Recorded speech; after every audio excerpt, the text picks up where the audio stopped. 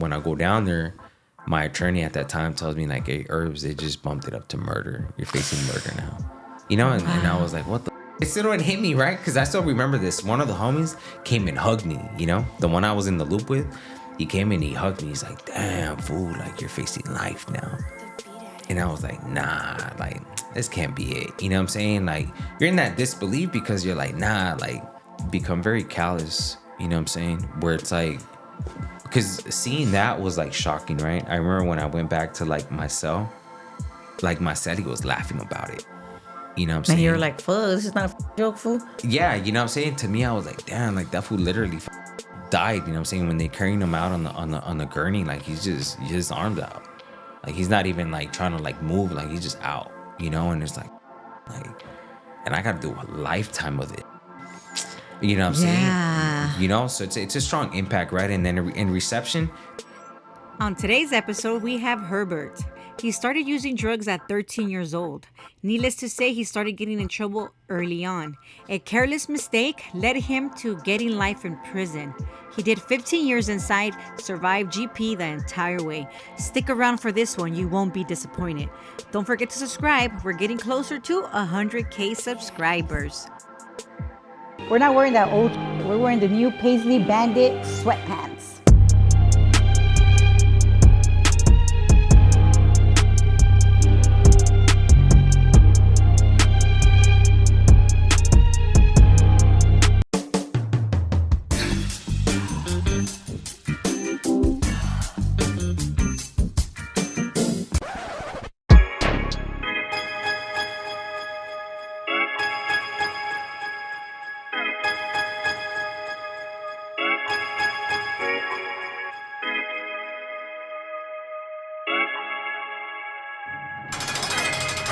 Hey everyone, and welcome back to Indicted TV. I'm your host, Negra. Don't forget to like, share, and subscribe, and follow us on Instagram. Before we start, you already know I gotta give a shout out to my sponsors, Royalty Honey. Keep it hard, guys. Also for the best jewelry for his glory. Make sure you guys check out His and Hers, because all I ever wanted was everything from His and Hers clothing brand. Also, if you are throwing a party, a big event, any kind of gathering, make sure you guys get your porta potties from Always Gone, because if you are not in one of those, you ain't shitting right. Also, if you have got in a car accident or you need 24-hour road assistance, make sure you hit up Los Duros Auto Collision. And you already know we're not wearing anything else but shock-aware. On today's episode, we have Herbert G.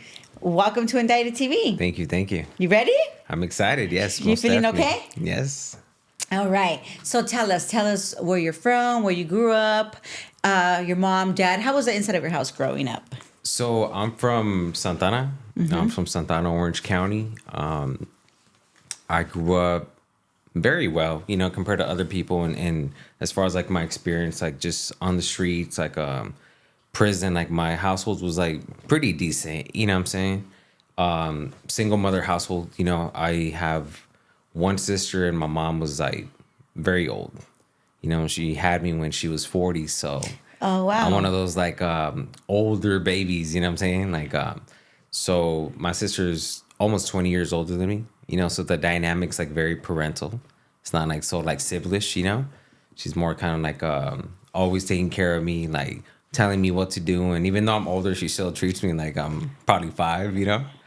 But that was like yeah. I love hearing that because my kids are 16 years apart. Okay, wow. So right now that you're telling me that, I'm like, oh, okay, like I'm going to be an old mom. I mean, it's to me, I gained a lot of wisdom out of that. My mom was like very wise, but I just feel like at that time I wasn't so receptive, It's like those little seeds that they plant that you're kind of like, oh, I know the world. I know it all. I don't want to hear it, and when you reflect on it, you're like, damn, like such a lesson. Yeah. I should have and I could have, and I just didn't. I chose not to. Yeah. And it's kind of where I think a lot of things kind of take a twist. Especially in my teenage years. Childhood was good. Mom made it happen. Had all the love. Yeah, mom made it happen some way somehow, and I'm always like in shock about it. You know what I'm saying? Because I'm like, Like, we were like running low on cash, you know what I'm saying? Like straight from the foot and no gas, no light, but somehow there was always like meals, you know what I'm saying? Food Mom to eat. always makes it happen. That's why I say women are like the biggest hustlers, they make shit happen no matter what, so. And it's just because God is good. Yeah, most definitely. God is great, Yeah. Yeah. And how was school for you?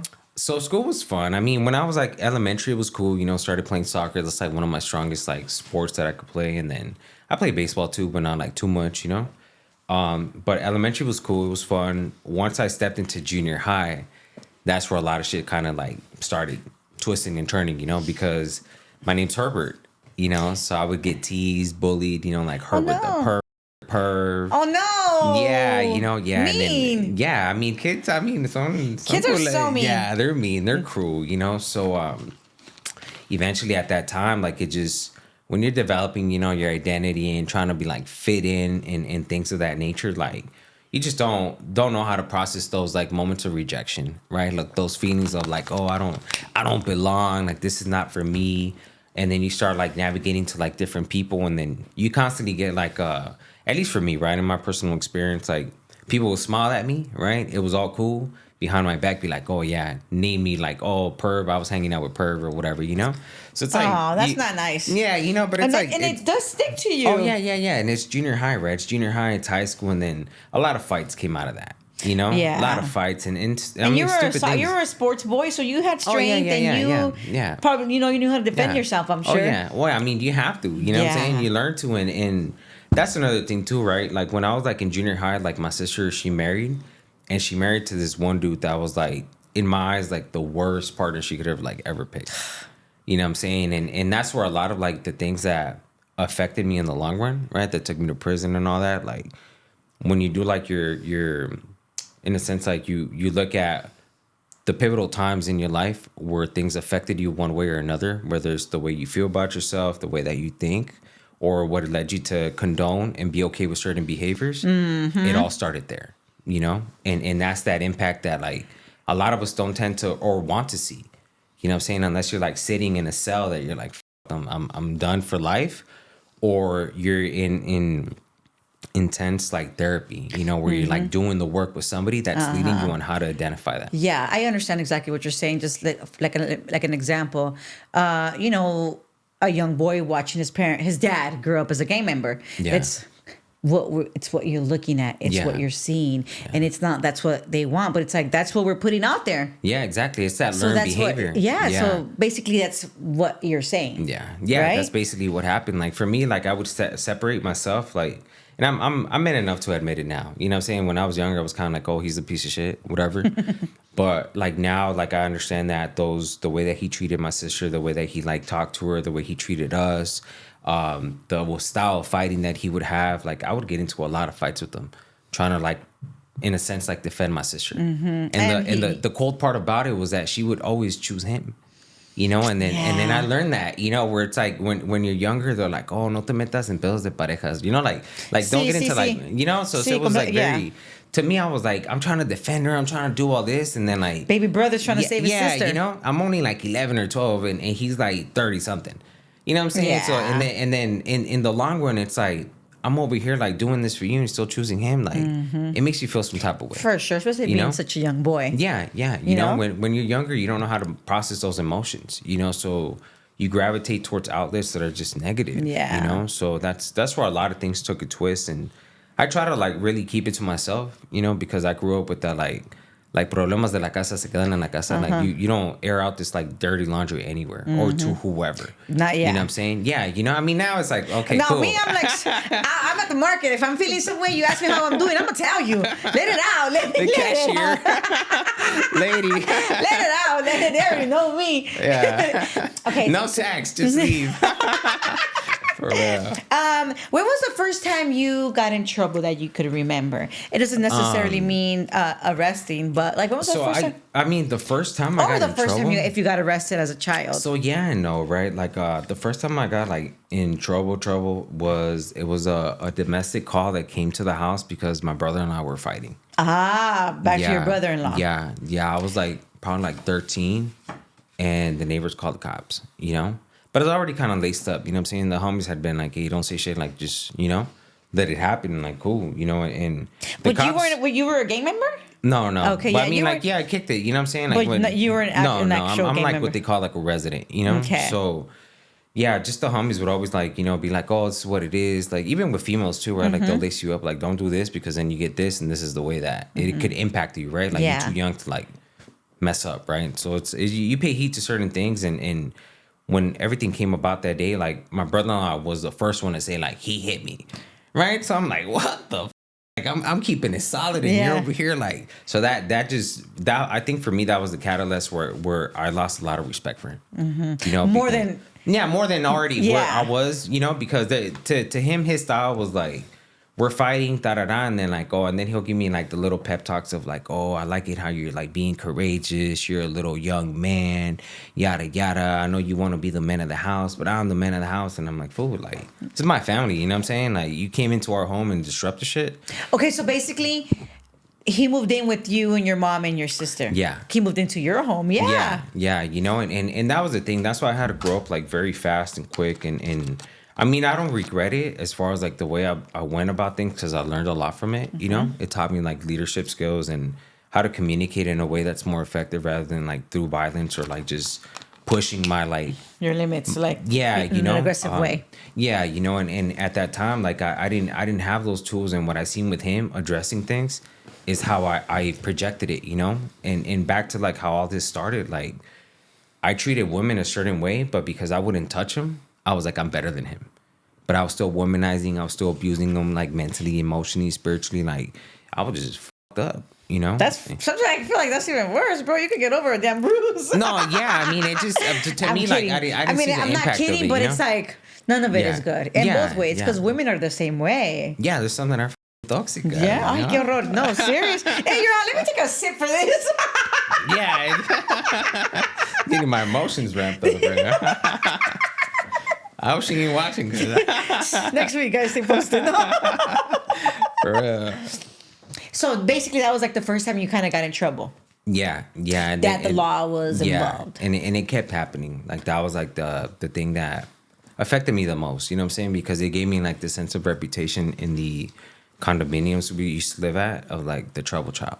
So then Herbert too. Yeah. So certain homies that I would have were like, oh, my mom doesn't want you at the house. Aye. Like, all right, we'll kick it outside then, and little things like that, right? But and it's like it wasn't even your fault. I mean, to an extent, yeah, no, right? Like, I mean, when I take accountability for like the chaos that I created too when I was younger, like I put my mom through a lot. You know what I'm saying? Because I used that as an excuse to run away. God. I used that as an excuse to come home all up, drunk, high as like. I started tweaking when I was like 13. So you started using drugs at a very young age. Oh yeah. And that's the thing. That was like those outlets that I said that were negative. And that was like my first drug. I smoked meth, and I was like, it made me feel better. You didn't even smoke weed. You smoked meth first. Yeah. Right. Wow. Yeah. That's kind of crazy, because usually, the gateway is the weed. Yeah. You went straight to the pookie. Yeah. I know it sounds terrible, but I mean, it's reality. I was just offered the opportunity, and it was somebody that, I still love her, she's family, so for me, it was like, what are you doing? You know what I'm saying? Like, I kind of caught her slipping, and I was like, what is that? Let me try it, and when you're younger, it's kind of easy, like, okay, well, it's between us, right? It's an in cahoots, right? So I was like, but eventually down the line, I was kind of laced up on how to keep it low, but you can't keep all of it low. Until you got out of control. Exactly. Yeah. It just, you mix it up, start smoking, start drinking, and you have different crowds that you like kick it with. You know? So I started ditching school, I started partying. I even threw parties. Like, I was one of like the biggest promoters like in Orange County for house parties. Okay. Like, when I was younger, that was like, I've had people reach out and they're like, man, I had a very like fun, teenage years. Like, thanks to you, I met my wife. Thanks to you at a house party. Yeah, and I'm like, well, that was like the worst time of my life. But but at the end of the day, like, we could say it was the worst. You could say like it was the worst time of your life. But in reality, like, you were having a ball, bro. Yeah, I was doing. But you were going through things, and you were probably doing to hide it. Yeah. But at the moment, like, you were having fun. Yeah, I looked at it out of necessity too, right? Because, like, in my household, there was always a lot of things that were like unpaid. you know, and that was the things that I would like very like I would despise my brother-in-law because of that, because he would Like, like fool, what are you doing? You want to be the man and you ain't paying shit. not even about not paying shit. It was like he would take our rent money and go spend it at the bars. Oh, You know no. what I'm saying? Yeah. Yeah, So then that fool was we doing would be bad. we would be in predicaments. Like my mom would always be like, "Oh, like we don't have cash. Like we have to do this, we have to do that." So for me, like throwing the house party was like I got to bring some cheese home. You know what I'm saying? I have to be able to like sustain something, because if not, we're out. You know, and it was a lot of pressure. That's what I said. Like it was like one of the worst times of my life, because a lot of things happened at that time, right? Like all the stress that my mom was having. She was already diabetic. Then she got like kidney disease, so she was getting like Sorry. you know, the a dialysis. Yeah, she was getting dialysis. Eventually, like the hustle got pretty good, where like I had a crew and we're like throwing parties consistently, made some money. I was able to like move my mom out. You know, we got a spot. Just you two. Yeah, but that also too was like where my sister kind of had to make a choice, because she left with this dude, and then this dude ended up her up. Like she came home one night like banged up, like her neck was all scratched, like bruised out, black eyes, like she just had shiners like for days, you know. Aye. Yeah, and then my mom took her in. I didn't want her there, you know. I told her like, you made your choice, like you can't come to our house like that, you know. But mom was mom, so she was like, hey, just, you know, bring her in, and Of so on and so course. forth. And then months later, like this shows up.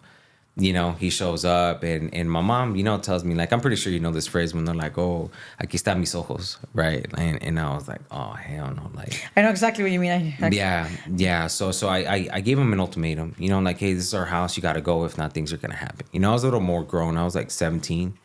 And he left, you know, he left for good. You know, he chose to leave. And my Thank sister, God. yeah, my sister and I, we had like a very like it was like very clashy, right? Like she felt resentful towards the situation.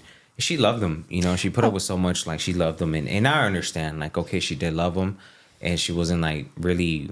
She was rationalizing a lot of his actions, right? And It's what we do, you know. Yeah. As humans, when we love somebody. yeah, you know, and I understand it. You know, I've been in the same shoes where it's like I've learned to forgive.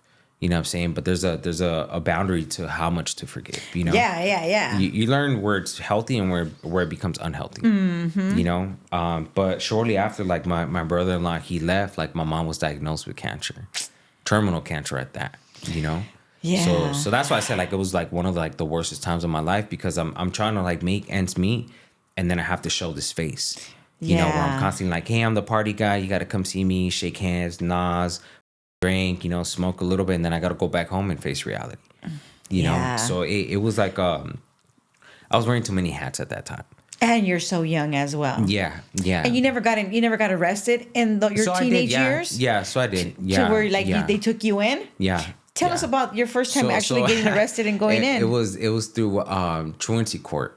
Ah. Yeah, because I was skipping school and all this shit, and then I got lucky, right? Because I was in for like 3 weeks, and then I had another court date, you know. But because my mom was always sick, they gave me like the pass. Yeah, so they were like, hey, like this. They even paired me up with the mentor. You know, he was so good to me. Like when I think about all the shit that he would do for me, I was like, well, now I'm like, damn, I'm grateful for it, you know. But at that time, like when you're younger, you see it as a come up, you know, because it's just a slap on the wrist, like, Yeah, oh, for well, sure. you know, fuck it, I'm coming out, and then I'm getting this dude that's gonna pick me up, take me here, take me there, like it's my personal chauffeur, right? But at that time, like I didn't see how much like care he had to see me become something better than what I was, you know. And he related a lot of like stories. He even took me to his house. I remember he had like this white piano. Like, I'm gonna say his name, you know what I'm saying? But I'm just saying overall, like, he's dope as fuck. Like, he's an architect, like, you know? And at that time, I'm just young, you know? I don't care. And So he picked you up from juvenile hall or something? yes. So the agreement was you go back home and you take on a mentor. You Okay. know, with this mentor, you're gonna have him until you're 18, basically. So I had like another year or some change, right? And I was like, yeah, I could do that. Well, how long were you incarcerated for? Like 3 weeks. Okay. Yeah. Where did you go? So I was right here, well, not here, but in Orange County, Juvie. Oh, and how was that experience for you? Like when you walked It's in? because it's different, you know? Yeah, like when you walk up in there, like you already know people, and they're like, what's up? Oh, so your fool?" friends were there? Yeah, you know, yeah. I mean, you And throw so you parties. didn't feel sad, like when you, like, what was your thoughts while you were in the I was back seat, mad. in the back seat of the cop car? No, so I got taken into court. Oh, From okay, court. Yeah, okay. I was in the family court, and they were like, oh, yeah, we're going to take you down. Oh, So you're they pissed. yeah, so I was like, what the you know, my mom's crying and take me in or whatever. And then they do the whole intake, you know what I'm saying? When you take off your shoes, weigh you, talk to the nurse, you know, you pass through. And back in the days, like in the juvies, like when girls would be walking, they'll have you face the wall. I don't know how it is now, but at that time it was like that. And yeah, and Like, then what years were these? this is like 2006, 2007, you know? And then when I got out, I got into the access system.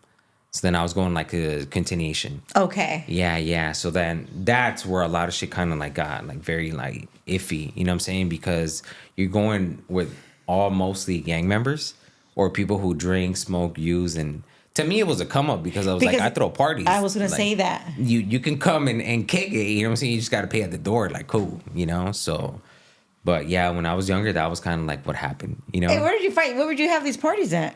So Friend's house or like so what? yeah, no, right? At first, it's like friend's house. Then it became like people who just needed money for rent. You know, they'll call me and be like, "Hey, like, can you give us like $200, 150 for the house?" Well, you know, if I make it, then yeah, you know. First, we always got to pay the DJs, and then we'll split whatever comes over. You know, because the DJs are important. That's who's paying the money.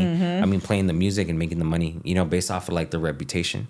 Then after that, then we had NOS tanks. You know, NOS tanks, it was limited, right? So it was like a lot of money at that time, like 3 for $5, 4 for $5, depending, right? Big old balloons for like $5. Like I know now, like you see it on social media, it's like a thing that's popping.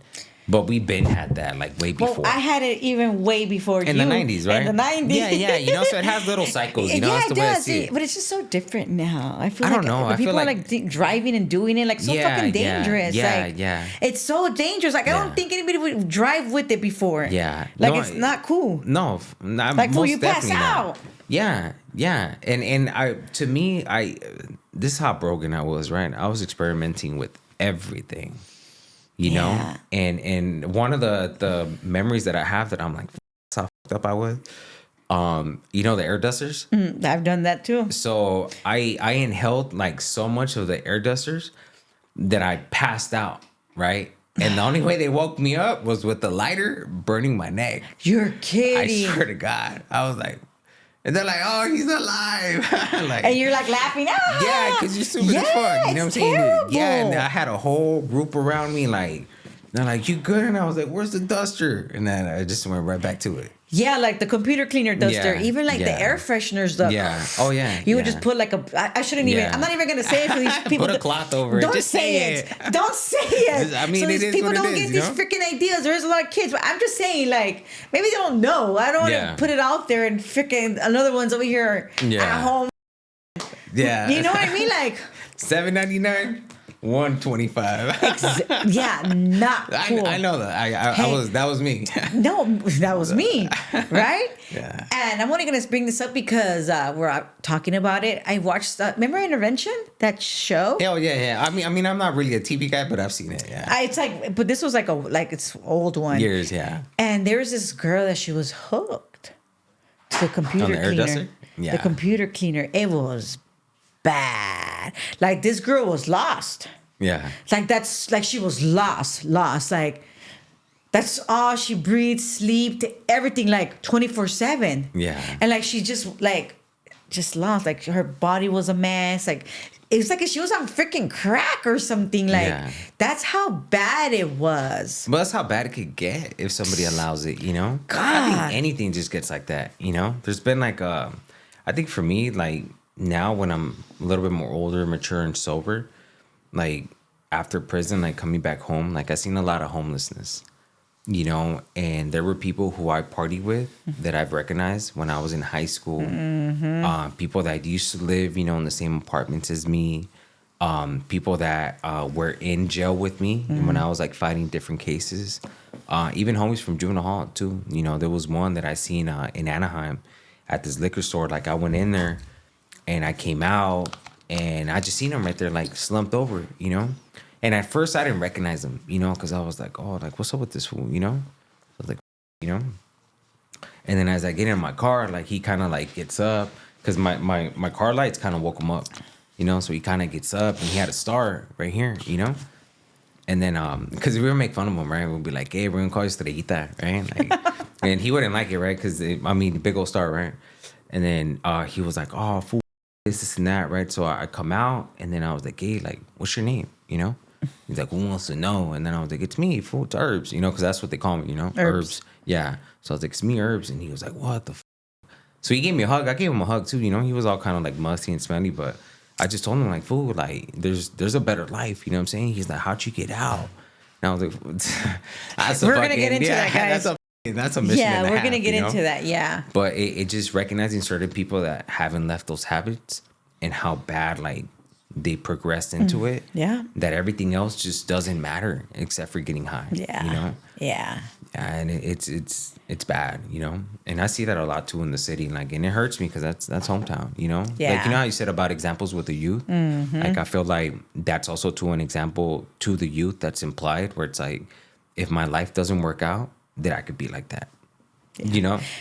No, that's how I look at it every day in my life. Yeah. Because I always see like that could have been me if I never went to prison. Yeah. And that's why I talk to everybody. Like when I'm like anywhere I go, and it's like if there's somebody like, you know, asking me for $1, if I got it, I'm gonna give it to you, but I'm gonna have a whole long conversation with you. You gonna hear me, and I'm not gonna be like, "What are you doing?" They're like, "Here's $1 and one, just leave." But we're gonna conversate. Yeah, most definitely. Because I like it, makes me feel good. Yeah, it probably doesn't make them feel good, but I mean, if you're gonna get $1, fool, you're gonna hear me. Yeah, connection. I think that's what keeps you, at least for me, it keeps me sober too. Like connection with others, and also a reflection and connection to myself. Because when I was younger, that was like the misconnection, right? That's like where I didn't understand myself, everything that was going on around me, and then how I was being affected by other people's actions. Yeah. You know, like I didn't have like that maturity or like that experience to navigate life in a way where it's healthy. Like I was always like, getting high, let's escape from it, you know? Getting drunk, I'm numbing from it. Like women, especially like after my mom passed away, like...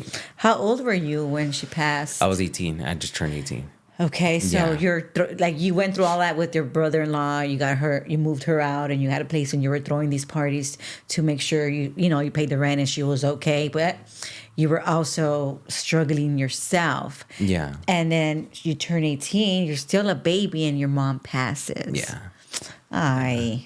Sorry. Yeah, no, it's good. I mean, yeah, I could dive into it. Like, for me, just the experience, right? Like when you're so young, like you tend to compare yourself, you know. And a lot of my homies, like they had like their parents, both of them, you know, so they were kind of well off, and like we're always kind of like the struggling kind of family, but. Like when you're younger, you don't see that, you know, the whole status, like you're just homies, you know what I'm saying? Like you kick it together, you go here, you drive together, you throw parties. There's no like differentiation of like, oh, well, my family has a big house and yours doesn't. Like, you know what I'm saying? It doesn't play out like that, like at that time, you know? And for me, like my homies' moms, like they love me, you know, especially because like I would help out my mom a lot. And they would see that. Oh, yeah. And they would know that, you know what I'm saying? Where it's like, yeah, I got to go, you know, especially like the last like, the 4 or 5 months, like I think, well, it's not that I think, I know for a fact, like that was the reason too why I dived so deep into like womanizing and like drinking and like getting heavy on the drugs, because I know that my mom, like when I would party and go out, even though I was making money, like she would wait for me. You know what I'm saying? I'll be like, well, I'll be home like at 2, 3, right? And this is before I knew that she had like terminal cancer, you know? So I'll come home and it's like 5, 6 in the morning and she's waiting for me. And she's like, hey, like, and I'm like, I'm just tired. I'm drunk. Like, I just want to sleep. Like, I wouldn't hear her out, you know?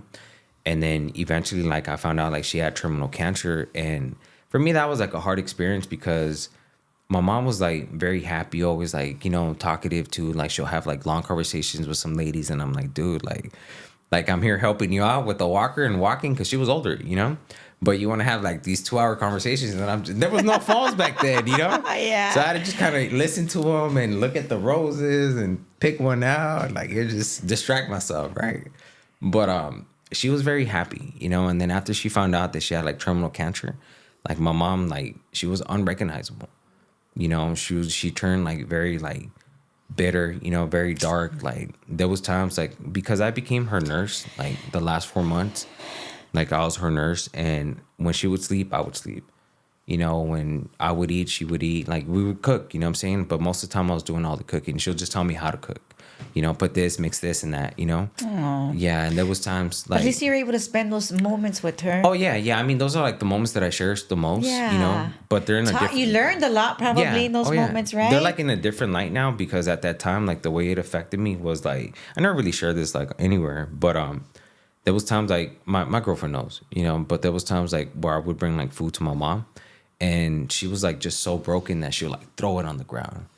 You know, and I'll be like, what happened? Like I fucking just cooked, you know, and it was like it was a tough time for me, you know, because I know that the woman that I love is dying and I just don't know when, you know, and for me that was like the most like hurtful experience ever because when you see your loved one die, you know what I'm saying, like the last like minute, you know, the heartbeat, you know, super fast because they wanted to keep her like alive, you know, for my sister to see her.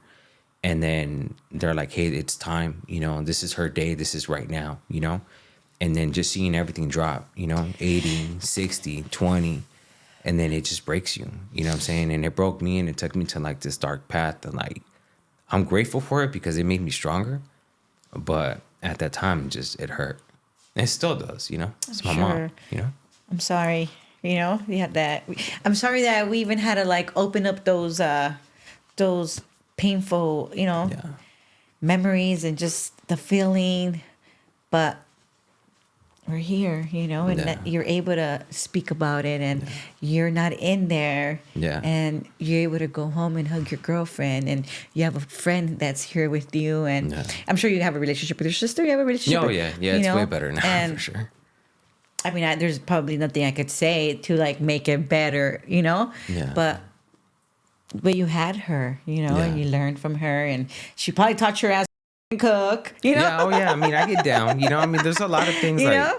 that's what I'm saying about the little seeds. Like, you don't realize like how much they grow in you until you start like reflecting on it where you're like, oh shit, like my mom would tell me that, you know, or like, oh, like I remember my mom tried to teach me this, but I was too busy on this, you know, so I know a thing or two. And just like for me overall, like once I look at like how much love I had, you know, it makes me not just like, I don't want to say like feel better about myself, but it's like I get to see like how much I was valued and when I felt that I wasn't. Yeah. You know, because like my mom would come back like very tired of like the dialysis, but when you're younger, you don't see that. Like she would hide it from me of like how she would feel, and I would take it as like, oh, she doesn't care about me. Like she doesn't care if I go out and come back. Like she doesn't. She's just so tired. Yeah, you know, she's Pobrecita. burnt. Yeah, and exhausted. And to me, like at that time, it was like, well, she doesn't care. You know, she doesn't care. And eventually, like once I got to like really reflect on it and look at things for what they were, and not for like how I was feeling at that time, I was like, man, like, and that's why I say like the last like 4 months, like I wanted to be the best son that I could, you know, to make up for all that harm, like all that, like the late nights, you know, the disrespect, the running away, you know, the fights, like the cops coming to the house. Like I wanted to make up for all of that. And that guilt, it stayed with me for years, you know? So I try to numb it like drinking. I try to numb it with women. Like my mom was very lovable, you know what I'm saying? Very affectionate, you know, even though I was like taller and bigger, like, she'll just fucking hug me. And, you know, like I miss that. You know, I'm very affectionate too, like with my girl. And my girl's a little like here and there, you know, she'll be affectionate. Some days not, you know? Women, Depends on I her get mood. it. Yeah, you know, exactly. Yeah, you know? But overall, like I'm just very affectionate. Like if you're with me, like you're in, like I'm very affectionate. You know, I'm very touchy, Yeah. you know? And my mom was like that, you know? And then I would crave for that love. You know, I would crave for that love. I would crave for like the connection, you know, things like that. And that's why, like, at one point in time, like, I was just womanizing. Like, I had multiple girlfriends. Once she passed? Yeah. Yeah. Yeah, I was 'Cause you looking said for she that passed comfort. when you were 18. Yeah. What happened after that? So after that, I kind of couch surfed for, like, close to, like, a year. Like, I was just, like, at Momo's. Like, I was at the homies' houses. So you lost your apartment. Well, it was a house. Okay, you Yeah. lost it. It was like a what they call like a duplex. So Okay. so basically we had to pay for the funeral. You know, so all the expenses went on that. A lot of things got sold. I remember I'd even party days, right? Like I would break into warehouses, I'd just throw a party there. You know, To get money. Yeah, you know, and if there was anything that we could take, we would just take it and then sell it on the side. You know, and the thing was like it was easy. You know, I don't know how it is now, but back then it was super easy. Like we're breaking through the roof. You know what I'm saying? You're breaking through the doors. Like if it's abandoned, even better. If there's no power, bringing in a generator. You know, just putting on some speakers that we bought at Goodwill. The little computer bumping, and people are gonna love it. You know? Yeah, They have a place to kick it in, and that's how it was. You know, that's how it was, and that's what I knew how to do. You know what I'm saying? Break into places, and I broke into this warehouse, and it was me and a couple homies, right? And we found like a saw, we found like just stuff for like construction, you know? Took that and pawned it, and then all of that got took into like basically for us to pay for the funeral, you know, the casket and all that. wow. And yeah, well, my mom, she got buried in Mexico. Okay. You know, so that's one of the things. That's one of So my you had goals. to fly her out. Yeah, because our family had basically a bureau over there, you know, where they buried her, and she's with my grandma, you know. Okay, well, she's with her mom. Yeah. And Yeah. what part of Mexico? So it's well, this one is in Guerrero. It's in Acapulco. Ah, okay. Yeah, but they're originally from Cuernavaca, Morelos. So yeah, my grandma migrated to Acapulco like in the 80s, like when it was getting good, you know. And it was getting good. Yeah. I mean, it became like the travel spot. Yeah, the place to be at. Yeah, the 80s and the 90s was dope. Wow. So what happened? Like, what led you to prison? Well, a lot of things led me to prison. Like, I just think prison is like a mindset that then becomes reality. You know? get what I mean, though? Like, Yeah. what crime, I should say, right? Yeah. So, I was 23 and I was gonna have my third child Wait, so when did you have your first child? when I was 18. Ah. Yeah. Okay, so well, let's rewind it then. Let's Okay. rewind it. So you had a girlfriend. Well, yeah. Wait, how many baby mamas do you have? let's make it Man, you know, I just got super intimate. You want to go more vulnerability? let's shake it up a little bit. You know, we were very talking about your mom it's hard. Oh yeah. I mean, I love her. And you know? right now the way you smiled and the way you laugh was like, oh man, this is Why you gotta go this there? is gonna shake some ruffles. This is beyond the scope of this. So at 18 you had your first baby. Yeah. Okay. And then you said by the time you turned 23, you were on your third baby. Yeah. From the party scene or what? Yeah, most likely, yeah. I mean, not most likely, Most but likely? most definitely, yeah. Yeah, it just you meet a lot of people, you know what I'm Okay. saying? And that was the funny, it's not funny, right? But I'm saying for me, like when I look back at it, I'm like blessed because I've had homies and have homies that had baby mamas and it's just been chaotic. So it wasn't chaotic for you. No, so I've been so blessed. Like my Oh, baby thank moms God. are like, yeah, no drama, except for one, but it's like come and goes, Your you know? face. Yeah, it comes and goes. Like it just I get it. You know, I put it in that position where our trust isn't as once how it was before. You know what I'm saying? Like I get it, you know? But I'll go into it in a little bit. But I have 3 baby mamas. Yeah. So are your babies the same age? No, so no, tampoco.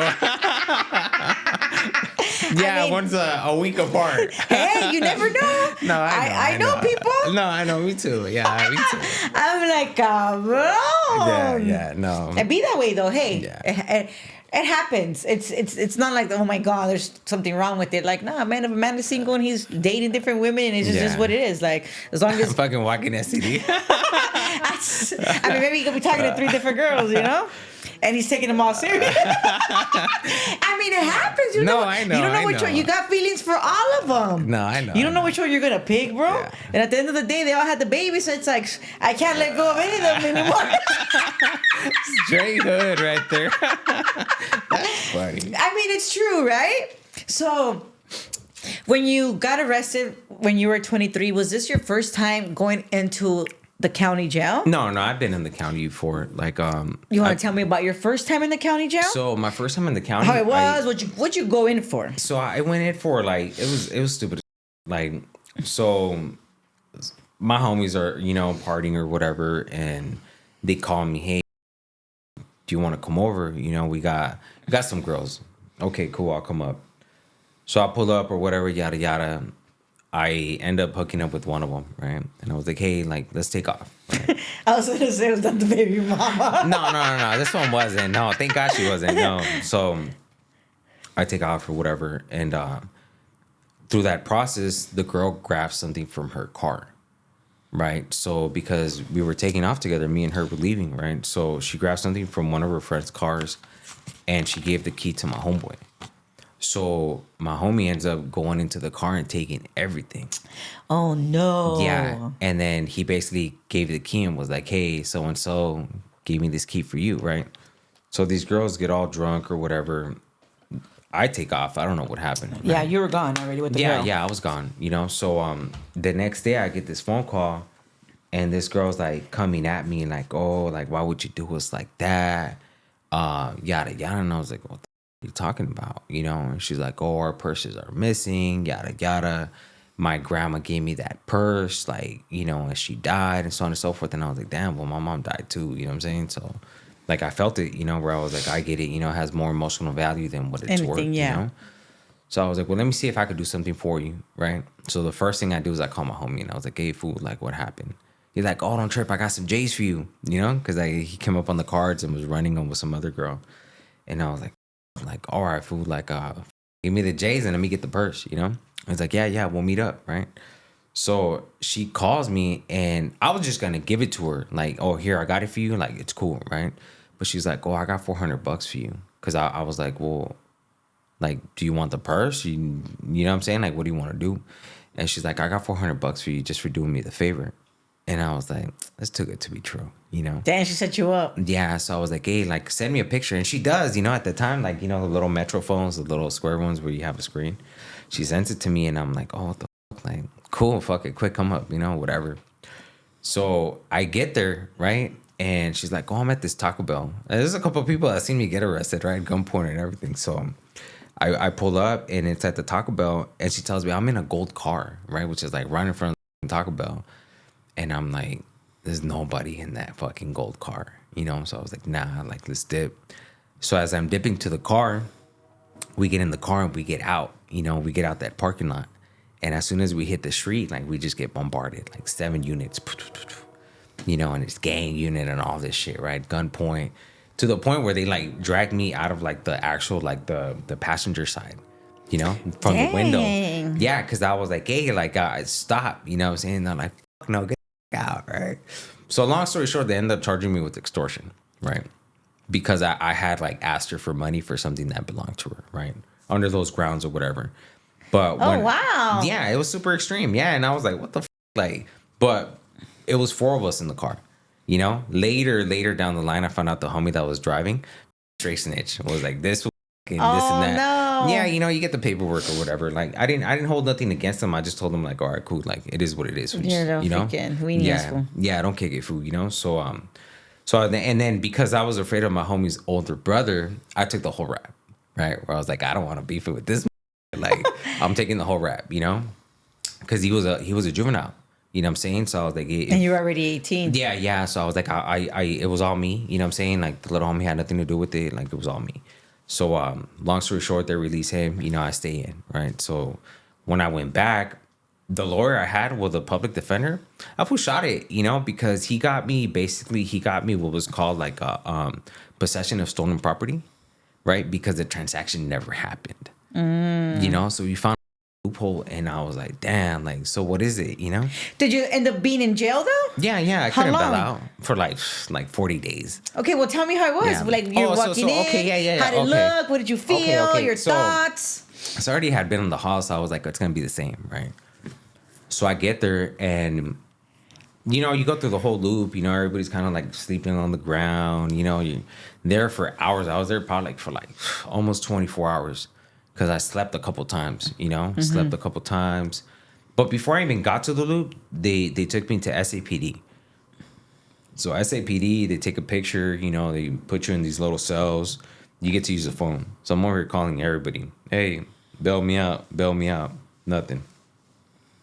Then from there, they took me in this like little wagon, right? Which is like basically just like a little van. You know, they take you to the Orange County Sheriff's Department. So right there, then that's when you start the processing for the loop. So I went through the whole process, and the first like little cubicle, like it's like 6 people, then you get onto the next one, it's like 10. Then you get to the bigger room, it's probably like 30 people. Then they start separating you, right? But at that time, like, I'm aware of like PC and GP, but I'm like, oh, everybody's GP right here. Like, you know what I'm saying? So I don't know where like this one dude starts taking off on this other dude, right? And I'm like, what the So they come in, start spraying people. Like, it was just dramatic as I was like, damn, like, what are we doing? You know what I'm saying? So one of the homies was like, oh, just hang tight because they're gavas, so let them handle, And I was like, all right, cool, whatever. So then we get put to the next like little group, and then that's where they start taking like your fingerprints, they read you like your charges. And I came back and I told the homie, oh, it's extortion. He's like, what the fool? That's life. And I was like, serio? Like, what do you mean? He's like, fool, it's a gang of time. And I was like, I didn't even do shit. You know what I'm saying? So you get laced up, right? Like some homies tell you like, hey, like, look for this, look for that. If you're gonna be you guys talk about it. Yeah. If it, and then one of the things too was like in the loop, never talk about it. It's like just shut up. Till you get to somewhere else. To wherever you're gonna be at, and then order these penal codes like to see what the actual like frames are to be charged for that, and then run it by your lawyer or public defender or whatever, and that's kind of where a lot of like the technicalities, right? That like how to navigate in not just the county jails, but like in prison, you start learning a lot, right? So I go in there or whatever, and right away, like, well, not right away, but the juras, they'll ask you, what I'm saying? Like, are you white? PC, GP, And I was like, oh, I'm Mexican. And I'm like, okay, cool, right? Boom. So when I went up, then the homies ask you, what I'm saying? Like, hey, fool, like, what do you run? Like, well, I'm a homie, fool, Like, okay, cool, kick it. This is that, right? But for me, it's like, I went into the dorms, So the dorms is like a gang of people, what I'm saying? You're talking about like 60 plus, bunks, different races. Well, at that time, it was only like paisas, whites, and homies. So I get to meet a couple homies. And some of them already knew, because I was already kind of like active. You know how like you told me about like the house parties and how I would get houses? A lot of them were like the homies that would allow parties to be happening in their houses were from barrios. Okay. You know what I'm saying? Yeah. So it was kind of like, hey, fool, come kick it. Don't let these fools in. There's going to be shots. Like, just be mindful, If I understand exactly what you mean. So it was that's they the knew transition. Who you were, yeah. Yeah, so I walked up in there, and hey, you want the fish kit, there's like a soap, there's some like, sopas or whatever, like get your shit right, I'm like, all right, cool, I'm gonna shower, do my thing, and then you just start programming, To me, I kind of transitioned easily, and I didn't have that like fear based until I went to prison, Well, we're gonna get there. Yeah. So the county was kind of like it was like a little joyride, right? Where it was like, okay, cool, I'm going to court, nothing major, and then eventually, like I said, my public defender found a loophole, and he was like, oh, I think we got him. And you're lucky. You want to sign? I was like, fuck, where do I sign? But that me up because eventually, like, I had to, like, get probation and all these other things, right? So for me, like, I had dealt with juvenile probation, but they would always slap my wrist, because, like, my mom's situation. They're like, oh, you're getting high. Like, oh, my mom, like, they'll let me out. Or they wouldn't even take me in. They'll call my mom, and mom would be like, oh, we need them, right? So it was just like a lot of things that like I wasn't accustomed to like getting those severe consequences, because you just ride through it and you're like ain't nothing happening. Yeah. Or if not, I'll tell them the whole sad story, like, oh, I'm kind of homeless right now, yada yada. I remember like my first probation, like he was cool, but he was just like he was on me. I'm saying super on me, like, oh, like if you're like what they call like transient, right? Like homeless or whatever, I'm gonna need to meet you on this corner at this time and yada yada, or come to the office and then the officer of the day is gonna fucking take care of you, Yeah. Just like consistent, right? But yeah, that got me into a lot more shit because then I got a violation, and then eventually I got another sales charge. Well, I got a sales charge. So you got released, you said 40 days after. Yeah. And then obviously you were like in the streets doing. Yeah, I was still BS. doing my thing, Yeah, I was still like, at that time when I got out, my aunt had offered me to stay in her couch. Okay. She's like, hey, stay in the couch, like you could be here, and I was like, I'm never home. Like even still to today, I'm never home. Like I'm always up and down, Yeah. Like it's crazy, right? But So I move in and I don't even have a lot. Like I just probably have like clothes and hygiene and maybe like 10 pairs of shoes or whatever, you know? So the room opens up, you know? So I get the room eventually, you know, and At your that's- aunt's. Yeah, yeah, and I start hooking it up, you know, where I get a little bed, you know, get myself a little TV, computer. But I'm still hustling, you know what I'm saying? I'm still hustling and I'm doing my thing. Like that's one of the things, like I don't stay down, you know, like I come up, but it just now You it's get a lot your more- money, yeah. Yeah, it's a lot healthier now than back then. Of you know? course. But back then anything that looked good and it was fast, like I was with it, you know? And my aunt knew, like she wasn't really tripping on it. She As just long said as- like don't ever bring the cops here because then we're done. Yeah. You know? And then I did. You know? But it wasn't like, oh, they didn't run into the house. It's just like I fucked up, you know? Yeah. But long story short, like I don't even know if I should say it like that, but I partnered up, you know? I partnered up, you know, with some people in the city and opened up like what you call like a shop, you know? Open up a shop and it was cool, it was decent, you know what I'm saying? But as when you're younger, you just kind of get impulsive, right? Where you're like, we're gonna open it, who gives a like if we get caught up, we could do the time because the money exchange is worth the time. You know, Got like it. you think of it like that, where it's like, okay, well, I'm gonna cash out this much, you know, burn out this place for a month or 2 or 3 or however long, and then you're gonna be able to 6 months, a year, fuck it, you know. What I'm Yeah, saying when I it's- come home, yeah. I'm comfortable. You Yeah. know? Where if not, that money's gonna keep working. You Yeah. because you have runners and so on and so forth. You know, so I kind of partnered up in something, and it was cool for the moment. But For then the moment. yeah, and then I got caught up. You know, I ended up getting a sales charge. You know, which kind of everything. You know, everything that I had going. So I caught that sales charge and I bailed out. You know, fought it, and then I got a lot of love on it too. You know, they gave me 3 months. Oh, yeah. Yeah. And you already done more than that. Like, Yeah. Oh yeah, yeah. So it was nothing, you know, it was like very nothing, you know. But at that time we had a kick ass lawyer. Like this dude was like the shit. You know what I'm saying? Like so you paid for him. Oh yeah. Okay. Yeah. Yeah. And one of my homegirls actually assisted me with it too. You know, where she was like, hey, fool, like I got you on this, take care of the rest. Like, all right, cool, no problem. you Yeah. know? But yeah, just little things that like that's why I always refer back to it, right? Like the slap on the wrist, it was like I'm better than the law. Like I can get away with it. I don't give a typical fuck. You know? mind. Yeah, you know, when you're like doing things, you're kind of like, oh well, you know, I can move around it. I can strategize around it. You think you're the hot shit. You know? Yeah. Yeah. Yeah. By this, you're already what? Turning 23. I'm actually 21 at this time. Okay. Yeah, I'm 21, and that's when my daughter was born. I have a daughter too. Okay. My baby. Yeah. My heartache. Is she? Yeah, she's beautiful.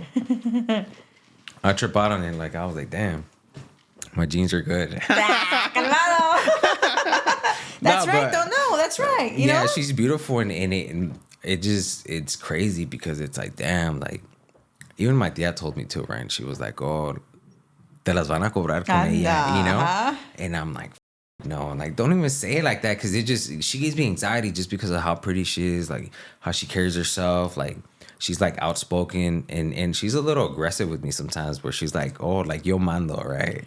And I'm like, what the She like, does, though. no, Low-key. yeah, it's my princess, you know, Yeah. like whatever you want, I got you. Just don't make it a habit, you know what I'm saying? Like, She's definitely going to make it a oh habit, yeah, bro. she's been, you know, yeah, we've had those talks where it's like just talk to me a certain way, you know what I'm saying, and I'll be more receptive rather than demanding it. Yeah, you know? for sure. Yeah, I mean, Yeah. as a parent. Like, Yeah, don't feel entitled because I could say no. I know how to say no. No, you know? I mean, and it's also maybe because you've been gone. Yeah. So- the overcompensation, I did that. But no, I think I did. Oh, I mean, I think I did that to the point where it's like, you know what? I've been out long enough, and I'm not gonna feel bad anymore. Yeah, that's how I was in the beginning. I Yeah. was just I was like overcompensating. Like the first 5, 6, 7 years. Yeah. Now No, I'm mine like- was months. I'm like, bro, that's it. Like barely now, 10 years later. You're realizing now you woke up from a dream. Like, fuck. Okay, so you're 23. Yeah. What did you get arrested for? So back to where we started from. So it was my baby shower day. You know, I was Oh, gonna have wow. my third son. Well, my third child, my second son, and I decided to. At that time, I was drinking. You know, like I would know how to drink, but I wouldn't get like belligerent, like you know. So I end up, taking some drinks, some rum and coke and then other things. And I want to leave because we're running low on alcohol, and it's a baby shower, you know what I'm saying? So like when I look back at it, it's like, come on, like that's the I was, because it was like, it's a baby shower, but you're still drinking. That's how it is. Yeah, especially being Mexican, bro. Oh yeah, you know, know? and I mean, it's not like I challenge like the beliefs. I just like challenge the mindset in where I condone it to make it okay when it should have been a special day. Yeah, I understand. Where what I you should mean. have been more responsible because it's my baby shower. It's not a baby shower that I'm going to. And that's why I say like her and I, we have a lot of like conflict because I created that pain that day. Yeah, I understand what you're saying. Yeah, because I decided to leave, and I left with my sister-in-laws at that time, with her sisters and her cousin. And at that time, I used to speed a lot. You know what I'm saying? Like, it's kind of like the law don't affect me, and if they do, they're just going to give me a ticket. Like, fuck it, But I'm not realizing, like, how much at risk I'm putting everybody around me and everybody in the car. Because when you're, like, so caught up in just like this like ego, like this like I drink, I get high, like you become very selfish. So I was very close-minded to like the totality of consequences that could happen, and because I had done it for so many years, so many times, like it was like I got it. It's kind of like how we were talking about earlier, that it's like very common, and you see people go through it and you're like, oh, que pendejo, like what a dumbass, like why did he do that?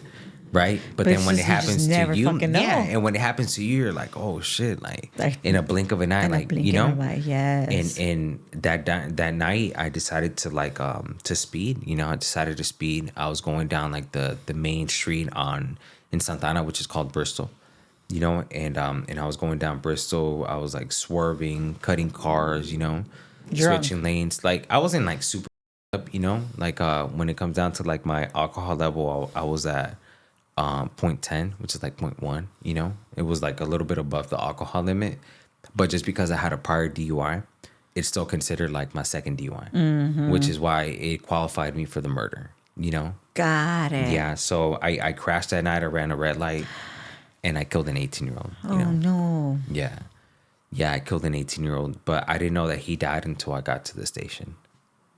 Yeah, and then it was one of the like the most like difficult times in my life as well. I'm sure. Yeah, processing, accepting it, and like understanding the impact that I created, not just for like my family, but also to another family. Yes. Yeah. Wow. Yeah. That's pretty crazy.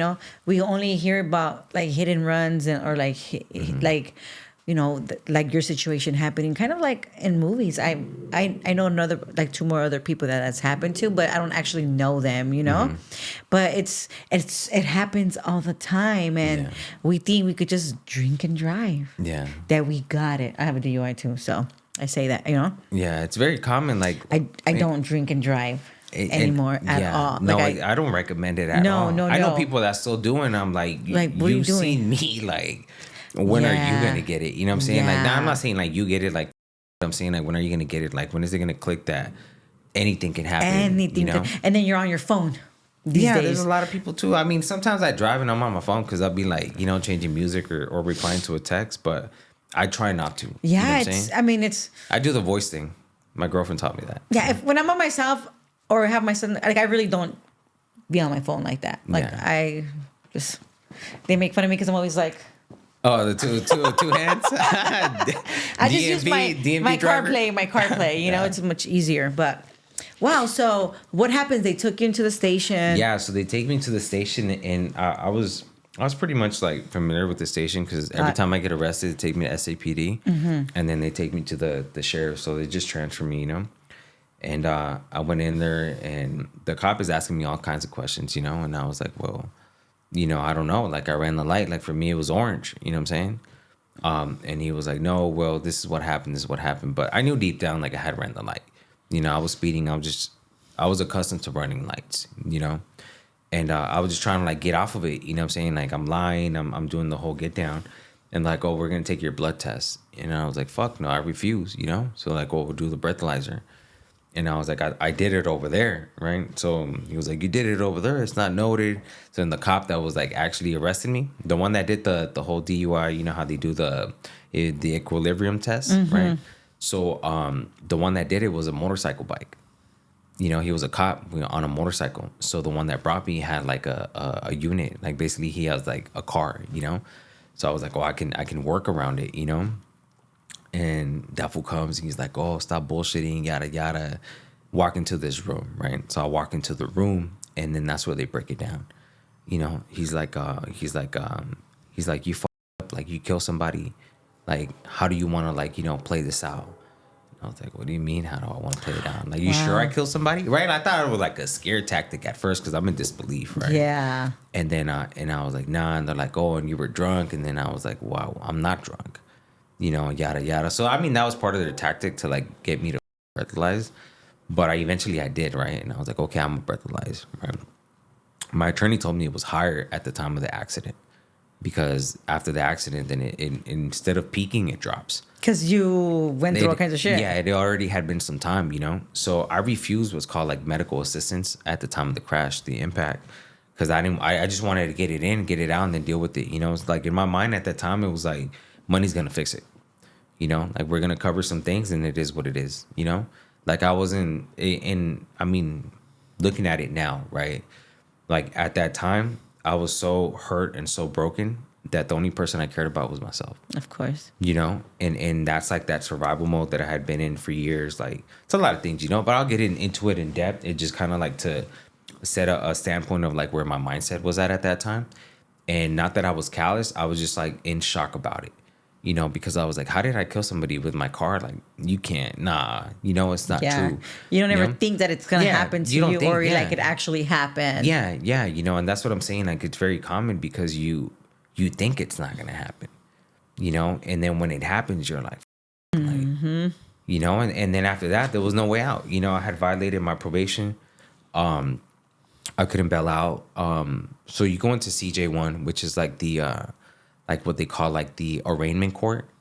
So I went up to the housing and like I said, I mean, I knew a lot of homies, I still do. But at that time, like a lot of homies from the county were there and they were like, hey, fool, like, what you want? And I was like, I don't want shit. Like, I'm getting bailed out like in a couple hours. Fool. Like, I'm just, give me a soap so I can shower, So I shower, whatever, and it's already like quiet time. Cause I got in there like maybe like at 1, 2 in the morning. And I was like, yeah, I'm going to shower and then I'm going to bail out, fool, All right, cool.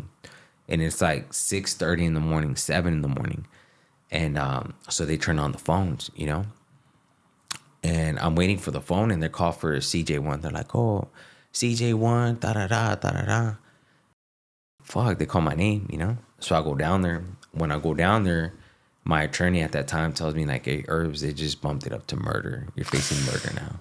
And I was like, what the? It still didn't hit me, right? Because I still remember this. One of the homies came and hugged me, The one I was in the loop with, he came in, he hugged me. He's like, damn, fool, like you're facing life now.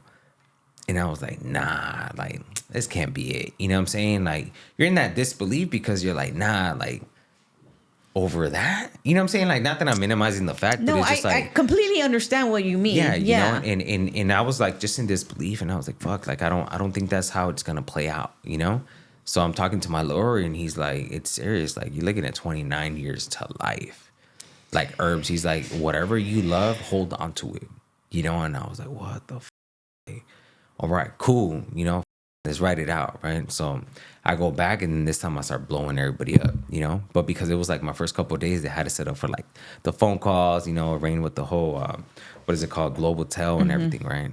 So eventually I got to like making phone calls and they're like, yeah, this is what's happening, yada, yada. So I'm there for like 2 years in the county. Fighting your case. Yeah. 2 years. Yeah. How did those 2 years go for you? As far as like, did, your workout, did you get to talk to your family? Were they there for you? Meaning, meaning, your baby's mom. Yeah. Things like that. Okay. So, I mean, yeah, it's a little combination of everything, right? Like I have a best friend, right? And I call him my brother, just because of the fact that we've been through a lot together, since we were like super young, always hustled, looked out for each other, had each other's back, and especially like loyalty, and his mom is like my mom. I always call her moms, That's why I said like a lot of my homies' moms, like they love me, you know what I'm saying? Mm-hmm. Like, and I know they do just because of the way that they treat me, you know what I'm saying, the way that like they embrace me, you know, within their family like structures. And for me, like without them, like I feel like I would have deviated so much more. You know, because you see it. I mean, not that you see it, but I'm saying when you're doing the time, you get to see it. Who's you know? there? Exactly. You know, because when everything happened, like I felt like a celebrity, right? Like I got all these letters from random girls, from random people. I even got hate mail too. F- you, you're gonna die in prison. Yada yada, all kinds of shit. Yeah. Really? Yeah, because my shit went all from over the news. From the other families. No, just random people that I didn't even know. You know what I'm saying? Like with like bogus ass addresses. Cause I'll be like, hey, can you Google this? Somebody fucking send me this shit. It's like some factory in Santa Ana or some shit, you know? And I'm like, okay, whatever. Like that's how I knew like it was just hate mail, you know? Got it. And I got like random like letters like, hey, what's up? But at that time I curved a lot of it because I was with my wife.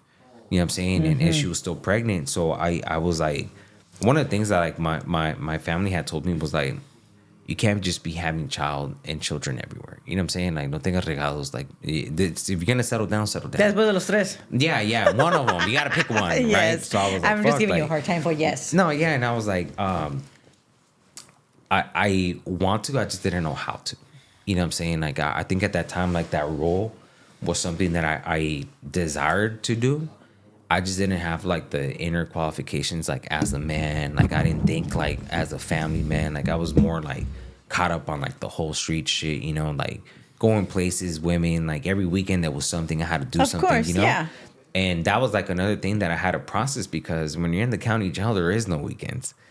You know what I'm saying? Every day's a weekend. Yeah, no, I mean it can be, I'm you know. kidding. Yeah. And my first year, like I used a lot, you know, because I used to smoke. I used to fuck around. I used to snort a lot of coke, you know. So, I mean, I'm pretty sure like the crowd knows, right? But homies come in with a lot of things, you know what I'm saying, and they always break bread. So it's like let me get some, you know what I'm saying, because you're just chasing that high, but it's more than just a high. You're trying to chase that escape where it's like I don't want to be here. Like I'm sitting here like a sitting duck, and every day's the same, you know. And then count 2 time. years. Yeah, count time. And this is county. Prison's a little bit different. It's a little bit, you have more activities, but county's just like one area, the same people. And I was in a tank, you know, the first like close to almost the first 2 years.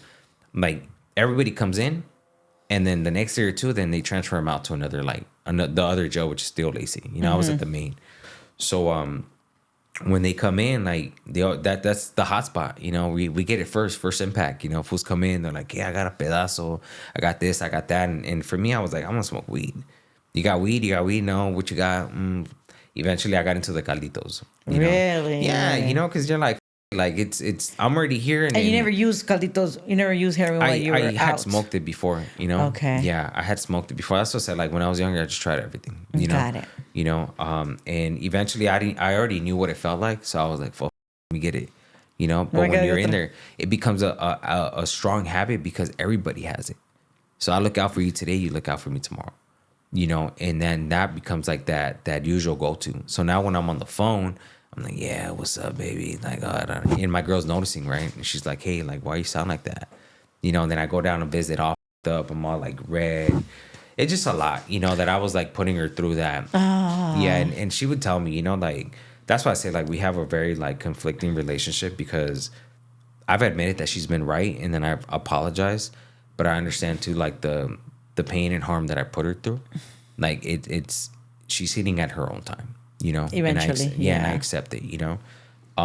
But yeah, like I would go down there all up, you know, and she would tell me like, oh, like you just killed somebody because you were up. Like when are you gonna sober up, you know? And you don't want to hear that when you're in the midst of it. You're kind of like, I don't give a fuck. Like, who are you? Like, you know what I'm saying? Like, don't come see me then, right? That was like my reactions, right? I'll be like, oh, don't come see me then. And then I wouldn't call her for the whole week. Like I was just bullshitting, stuck. you know? Yeah, you know, and wow. yeah, and then my son had been born, right? He'd been born, and to me, like that was like what really kept me strong. You know what I'm saying? Because like just seeing him, like I would be like, damn, like I can't touch him because it's a glass like. I love that you're visit, being you know? so open about it, you know? Yeah, I mean, that's what I went through, you know what I'm saying? And I feel like now, like, I can be open about it because at that time I didn't have the chance, place, or space to really talk about it. Because when you're in the county jail, like, vulnerability is not even like respected. Yeah. You know what I'm saying? It's I like, just don't be a weekend's fool. yeah, yeah, type you know, thing, huh? yeah, they hit you with that funny bunny. You know which one it is? You know which one it is? Or not? Like we're acting like a funny bunny or like what? No, the homie funny bunny from Instagram. Oh, you know what? I was gonna have him on, but he's never been to prison. He's never been. Ah, because I was gonna say they'd be like, shut your bitch. Oh, okay. I see what you're saying. Okay, that's what you're talking about. I thought you just meant like, fool, you're acting funny bunny ass. Fool. No. Yeah, and then the homies will clown. You know, they'll Yeah. clown. They'll be like, hey, fool, you want an envelope for what? You can send your feelings home. Yeah. You know? And they be coming in with the good ones, Oh huh? yeah. And that's the thing, right? Like when you're up in there, So much like, sense of humor. yeah, it's a lot of clowning. You know. So much clowning. Yeah, huh? and then you learn, right? Because in the hood they'll be like, "Oh, el que se agüita pierde," you know. But like when you're in that, like in the counties, like el que se agüita pierde, you know what I'm Big saying? time. Because then they know how to poke at you, you know what I'm saying? But then you learn patience too, right? Like you learn the dynamics of like, oh, I don't care for what somebody says. Like I'm a contain my power. And did you work out as well? Oh yeah. Okay. Rutinas, yeah. Every day except Sundays. Okay. You know, sometimes I'll do no Saturdays because I'll be out at visit. So it's like I'm getting So she ready would for go visit. visit you every Saturday. Yeah. So it'd be like family. It'd be my baby moms. It'll be my wife or my sister. Okay. That yeah. was like constant rotation, and some homies every now and then, you know. But they would have to like talk to my wife, like, "Hey, I want to go see him on Saturday or on Sunday," you know. And then they open up Mondays, so then Mondays was like I'll get a little bit more action. You know? Oh, okay. So you Yeah. did have somebody. You did have Oh, loved yeah, ones yeah, there yeah, for you. yeah, oh, yeah. Thank God, Yeah, right? yeah. Because no matter what, like I feel when it's like a situation like this, it's not a good situation, right? But No. it's not like you purposely went and you like took somebody's life on purpose. Yeah. So it's like it hits a little different. Yeah. Oh yeah, and that's the thing though too, right? Like I said about the dealing with the remorse, right? Dealing with that guilt, like it's a very, because if I had the intention, It's different. yeah, you know, where it's like, okay, like chose it, you know what I'm saying? But nonetheless, I still chose to drive drunk. Yeah, You know, there's yeah, a lot of things that yeah. I could take accountability for. Yes. But the impact nonetheless is still the same. Yeah. Whether if I had shot him, stabbed him, Yeah, ran him over. for sure, for You know, sure, because for there's, sure. to me, like, was like when I went aboard, I kind of explained it where it was like, there's always going to be a chair in a family household that's going to remain empty because of me. Yeah. You know, every right. holiday, every Mother's Day, every Father's Day, like that family is gonna feel pain. That's right. Like we just spoke about like my mom dying, and you seen like how emotional I get. Mm-hmm. Well, I didn't cry out, but I'm saying like I know how to contain my feelings, but that topic to me is like very sensitive. Of course. You know, so I could only imagine how this They- family and friends feel about Yeah. not only like losing a loved one, but losing a loved one to my stupidities. Like, you know what I'm saying? understand And what you're seeing saying. me out here. Yeah. Like, you know what I'm saying? Yeah. Like that rage, That probably- like that it's even anger. worse. Yeah. You know, where it's like, what? Like he did this and got away with this. You Yeah. know, he's here. Like, you know what I'm saying? Like Yeah. I don't push back those feelings because I know that they're valid. Of course. You know what I'm saying? Like you have the right to feel the way you feel, but I also too would like for them to understand the transformation that I've made from then to now. Yes. You know, You and, know. and why I have a different purpose and how I live with purpose today instead of how I used to live then, you know? Yes. So what ended up happening? How long did you get? So I got sentenced 15 to life. 15 to life. Yes. Yeah. How soon after did you go to prison? So I got sentenced actually in March. I got sentenced March 21st or 22nd, one of them two. And I got withdrawal, which is like the, you know, right away, you know, I got the train within like 7 days, like a week after, you know. I went to Wasco State Prison, you know. How was the and- ride for you? So it was, I mean, they tell you, you know, everybody shut the fuck up, no talking, no laughing, yada, yada. And it's like just basically like a silent ride, you know, but they're bumping, you know, the Hudas were bumping or whatever. And I was already a chainer, so I was already used to being a chainer when you would go to court. And like, I had like shackles on my waist, on my feet, and on my hands, you know. So that was the same thing as like in prison, you know, but you have like, you're tied up with somebody else, you know. For me, it was one of the little homies from West 13, you know. And I mean, you know, we're just kicking in. Sometimes like we'll talk to like each other's ear, but not too loud. You Yeah. know? Because those was going to say some stupid shit. Yeah, you know, and then you get set up with like everybody, like the blacks, like the homies, and there. I mean, we picked up everybody, you know, from the main. Then we went to Theo, and then we went all the way up, you know. So when we get there, like everybody's being processed, you know, and then that's kind of like where I asked the homie, like, hey, fool, what they doing right here, you know? And they're like, oh, fools that ring the bell are PC. And I was like, PC? Like, they have them with us in the fucking, and they're like, yeah, fool, they're in the front. And I was like, what the Because like what the homies will tell you was like, when you see a PC, it's on site. Mm-hmm. You know what I'm saying? So lo and behold, like we're waiting on the line, and then somebody that was with us in county jail rings the bell, right? So then they escort him and take him to this like little personal, like it's like a little holding cage that's like by themselves, you know? And I'm like, what the fuck? So then they asked me, right, when I got to the front of the desk, they were like, oh, what do you run?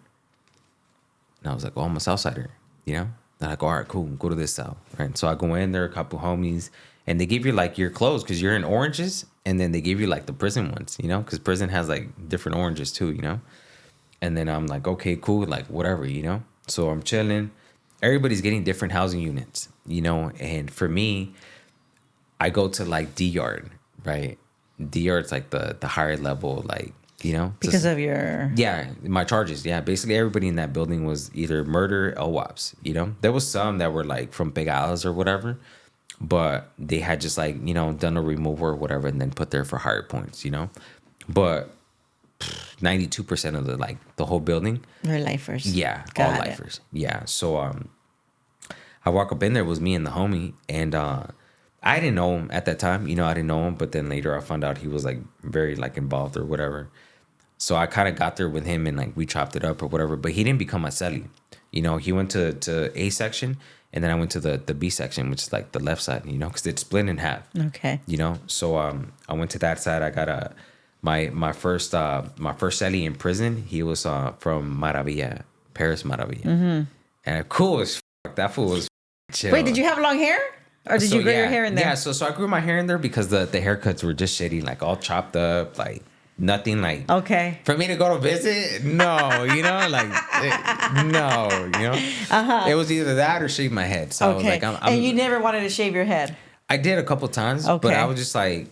Well, at the time, my ex-wife would be like, oh, you look too much. Like, you look too much like a cholo. Yeah, whatever. I'm just going to let it grow. And then eventually I let it grow, but after a couple... I cut it a couple times. I've cut it 3 times already. Okay. You know, but from scalp, like from the bottom. And now I know how to keep it like maintained.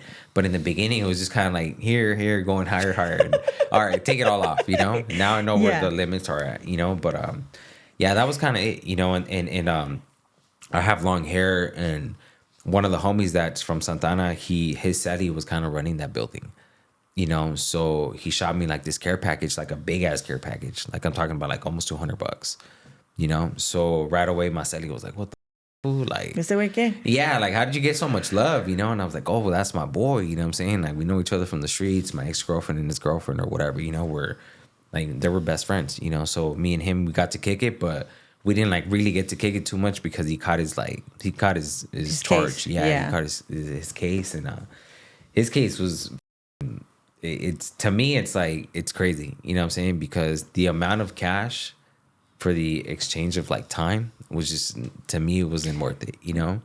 And he's talked about it openly too, where it was like, fool, like don't play with me, you know? Not even $10, like fool, it's nothing to f around with. No, you know? Nothing. Yeah, you know, I'm not down. I am not down, guys. Yeah, but keep that shit. Yeah, no, but it just, to me, when I think about it, right, like he looked out and kind of gave me a lot of guidance because I didn't know like the actual prison setup, you know? Like I know the county ropes, but not the actual prison setup, you know? So we'd walk the yard and kind of like he'll be like, oh, this is segregated for these people, it's for the whites, for the blacks, you know, we could work out here, most stabbings happen here, you know? Yeah, you gotta like, yeah, you know what I'm yeah. saying? So you're like, oh shit, like there's actual stabbings, like what do you mean, you know? Like, yeah, fool, so I can get blasted here. Like, what the f? All right, cool, right? And then, I mean, my celly, like, I mean, he would always hold, you know? When I first got there, like he was holding. And basically he kind of like taught me how to like hold, how to like really hold it on you, walk with it so it doesn't seem, you know, go through the metal detectors, you know, because there's a few like you have like there's just different ways of he's telling you how to do it the correct way. Yeah. So basically you could survive. Lacing me up, you know, especially because I had life, You know what I'm saying? You go Yeah, up a lot there of and years. yeah, yeah, you know, and that was the thing, right? Like one of the OGs, because I played chess. Like at that time I wasn't so good, you know what I'm saying? But now it's you're a like, pro. yeah, I'm fucking beastie, you know. And at that time, like the homie was like, "Hey, fool, like you understand, like everybody here has like high digits. You know, you're sitting on 15. It was me that had 15, another homie that had 17, and the other homie he was like 18 years old, and he had like I want to say like 26 or 27.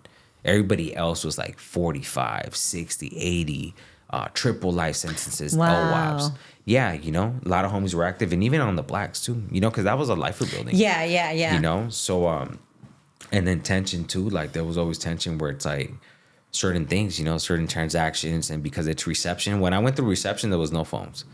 You know, there was no phones. Now there's phones, tablets, like Everything. it's lovely, right? As far as like reception where you can communicate and do all that. Like when I went through it, it was like medieval times. You'll send a letter, you'll get a letter back in 45 days. You know, you get one, you write back. It takes about a month to get there and then back, you know? So it was a lot, you know? But luckily for me, like I had 2 visits when I was in reception. I Oh, was there- nice. yeah, I was there for like 8 months. So it was cool. I got visited, and I just kind of went through it. That I think right there was like my first experience of like watching like gruesome stuff. You know You what want I'm to give saying? me an example? I'm a yeah. I mean, yeah. You know, it's cool. So I'm just gonna call him V. You know, but he's white. He's chill. Like if you met him, you would never think like, oh, this dude's a Sick ass fool. straight killer. Yeah, like you would never like. He's so like polite. Hey, excuse me. Hey, would you like this? Like just the language. Like in county jail, it's like very like kind of like rude, right? It's like, oh, I don't give a fuck, da da da, right? In prison, like there's high etiquette, especially those that done time, like super high etiquette, like very classy. They articulate like in a way where it's like it's not offensive, you know, but when it's time to like handle business, it's like very direct and intense, you know, and you learn that, you know, as you're like you're dealing with things and you kind of like holding like, you know, you get to see that, right? So this dude, like I met him through my celly, right? And he was like, oh, so around with this, yada yada, and we would play pinochle, you know, because it's whites and homies, you could sit on the same table, so we would shoot it. So this one day he tells me, he's like, hey, he's like I might be leaving, you know, and I'm like, where, you know, you're transferring? And he's like, something like that, right? So then I told my celly, and I was like, hey, he told me that he was gonna be leaving. He's like, oh, that was going on a Harley. You know, he's going on a Harley, and I was like, oh, okay, fuck it, you know, cool. Nice meeting them. Yeah, you know, cool. So then I go out to the yard, and the homie that I came into the building with, he tells me, hey, get your workout in. From the yard's gonna go down, you know, at 10. And I was like, fuck, like, all right, cool, you know. So we're all working out, and back then I wasn't able to do pull-ups. Some of them struggling, like doing the You whole started, like, you just started, yeah, yeah. I'm trying to like hold, you know, and then like the homies would be like, hey, feel all right, fool, you know, you're breaking sweats, you know, like fuck it, you know. Yeah. But that's how you built the endurance for it, you know. Like I know some people try to go from the jump, but like you just have to like hold on, and eventually you'll get your strength, you know. That's one thing I lacked, like the full strength to like do pull-ups. Like now I shoot it, it's like whatever, you know. But back then, like it was difficult. You Chill, know? Buffy. No. No, I mean, I got a good. I'm pretty kidding. fit. Like I go Yeah. work out. You know, I'm not like super cut. Like I never really aimed for that, but it's like I have strength. You know. Yeah. And long story short, like I was gonna go take a they called it the silver bullet, which is a toilet that's in the on the yard. Is that where it goes down? Yeah, most of the time it goes Okay. down right there because they have a barrier. Got it. You know, so if somebody's like what they call like it's like a stay on, right? Like they're gonna whack somebody for until he dies. Like that's Oh, the okay. place to be at because the tower could shoot, but 9 out of 10 they're gonna miss because of those barriers. Got it. You know, and then the So if Juras- you're not involved, stay your ass in that corner. pretty much, yeah. So that's what the homie told me. You know, Mm-hmm. like just make sure you get your workout and stay out of the way. You know, but the thing is, I was gonna go take a piss. You know, Oh, no. So in prison, like the homies tell you, like make sure when you take a piss that you take somebody with you Mm-hmm. to stay at the front. You know, because you don't want to get caught slipping. If some shit cracks, You're and not it's just alone. you in the bathroom. Yeah, you're not alone. At least you got like 10, 20 seconds to handle your business before you have to handle business. You know. Mm-hmm. So yeah, long story short, I'm walking over there, and then I just see the homie give me the like, you know, and I look at him and I'm like hold on, fool, you know. Because he said 10, right? But this shit's happening like at 9:50, right? So fools couldn't wait. Yeah, yeah. It's 10 is the inline, you know? So, and this is reception. So it's like the yard recall, basically, you know? So I'm walking in there, boom. And then I walk out, and then like I just see V, you know? He's like, and I'm like, what the fuck? And then I'm like, oh, this was gonna go on the Holly, right? So then like I see him, and he just straight whacks this fucking like this white boy on the neck.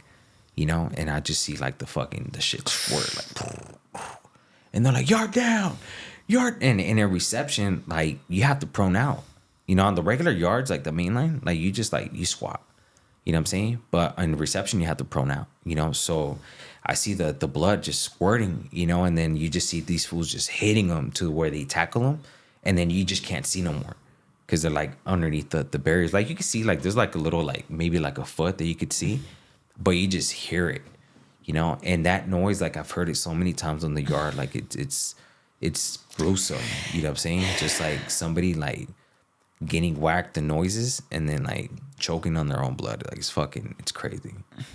Yeah, yeah, that was something that sticks with you. Yeah, it was just the introduction to prison because this is in reception. Yes. You know? After that, what were your thoughts as far as like, you know, you go back to your room? Was this kind of like your first time experiencing this? Yeah, I mean, you're in reception, like you're seeing it. This is reception. Yeah. So what were your thoughts once you went back to your room, to your cell? I should say. So we stayed on the yard. Homies and whites, they stayed out there for like 3-4 hours because they have to do an investigation. They lined up all the homies, all the whites, and stripped us down on the yard. You know, so you're out there with your wiener, your everything, just boom, and then like eventually they give you back your clothes, and then you chill. But they went in, and when things like that happen, they ransack like the building. Got it. You know what I'm saying? So that's why sometimes it creates tension because within like different races, you don't communicate what you're going to do. So then you never know what they have. And that creates tension where it's like, oh, we lost all this because of whatever, you know? But then you figure it out. That makes sense. Yeah, that makes sense. Who did you have to become to survive in that place? I think just not the worst of me, but become very callous. You know what I'm saying? Where it's like, because seeing that was like shocking, right? I remember when I went back to like my cell, like my cellie was laughing about it. You know what I'm saying? And you're like, fuck, this is not a joke, fool. Yeah, you know what I'm saying? To me, I was like, damn, like that fool literally died. You know what I'm saying? When they carrying him out on the gurney, like he's just his arms out, like he's not even like trying to like move, like he's just out. You know, and it's like, and I got to do a lifetime of it. You know what I'm saying? You know, so it's a strong impact, right? And then in reception, all you have is books. And your celly. And your celly, yeah, you know? And sometimes, like, I mean, you work out or whatever, you know, like, you fill in the time, you know? But I already had, like, picked up on drawing, but I wasn't as good yet, you know? I was just like, because in reception, you get, like, little, like pencils, you know, or you get, like, the little color pencils. In prison, you got more access to like actual like real materials. But in reception, like I'm over here trying to draw, fucking shaving the shit. Like it's just a lot, you know what I'm saying, that you have to do to get one piece done. But when you're drawing in reception, you can spend hours on it. You know what I'm saying? Because you have nothing else to do. Like there's only program twice a week. One is day room and then one is yard. And then for us, like that yard had gotten up. We're not getting yard for the next month. Yeah. You know what I'm saying? Because back then lockdowns weren't like, 15 days like there are now. Back then it was like indeterminate until they felt like it. You know what I'm saying? So we're without yard for like about a month, you know? And then we go and it's cool, you know what I'm saying? Like everybody's programming or whatever, you know? And then another stabbing happens. You know, this time it was like the homies, you know? They had to like take care of some things.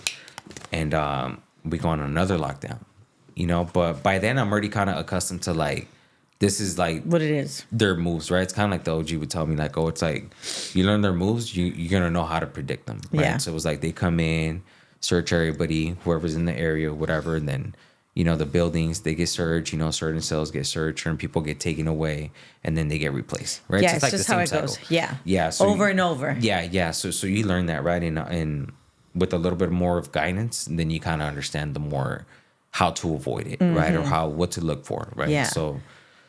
we were on lockdown for like about a month, like 3 weeks on that one, like 3 weeks. And I was a porter, the homie put me as a porter so I can swat, like, well, mop and sweep, and do whatever. And this one time, like I'm in B section, right? So You're still in reception. yes, yeah. And the homie calls me and he tells me, hey, fool, the Hura wants to move you out because my celly had left to Jamestown.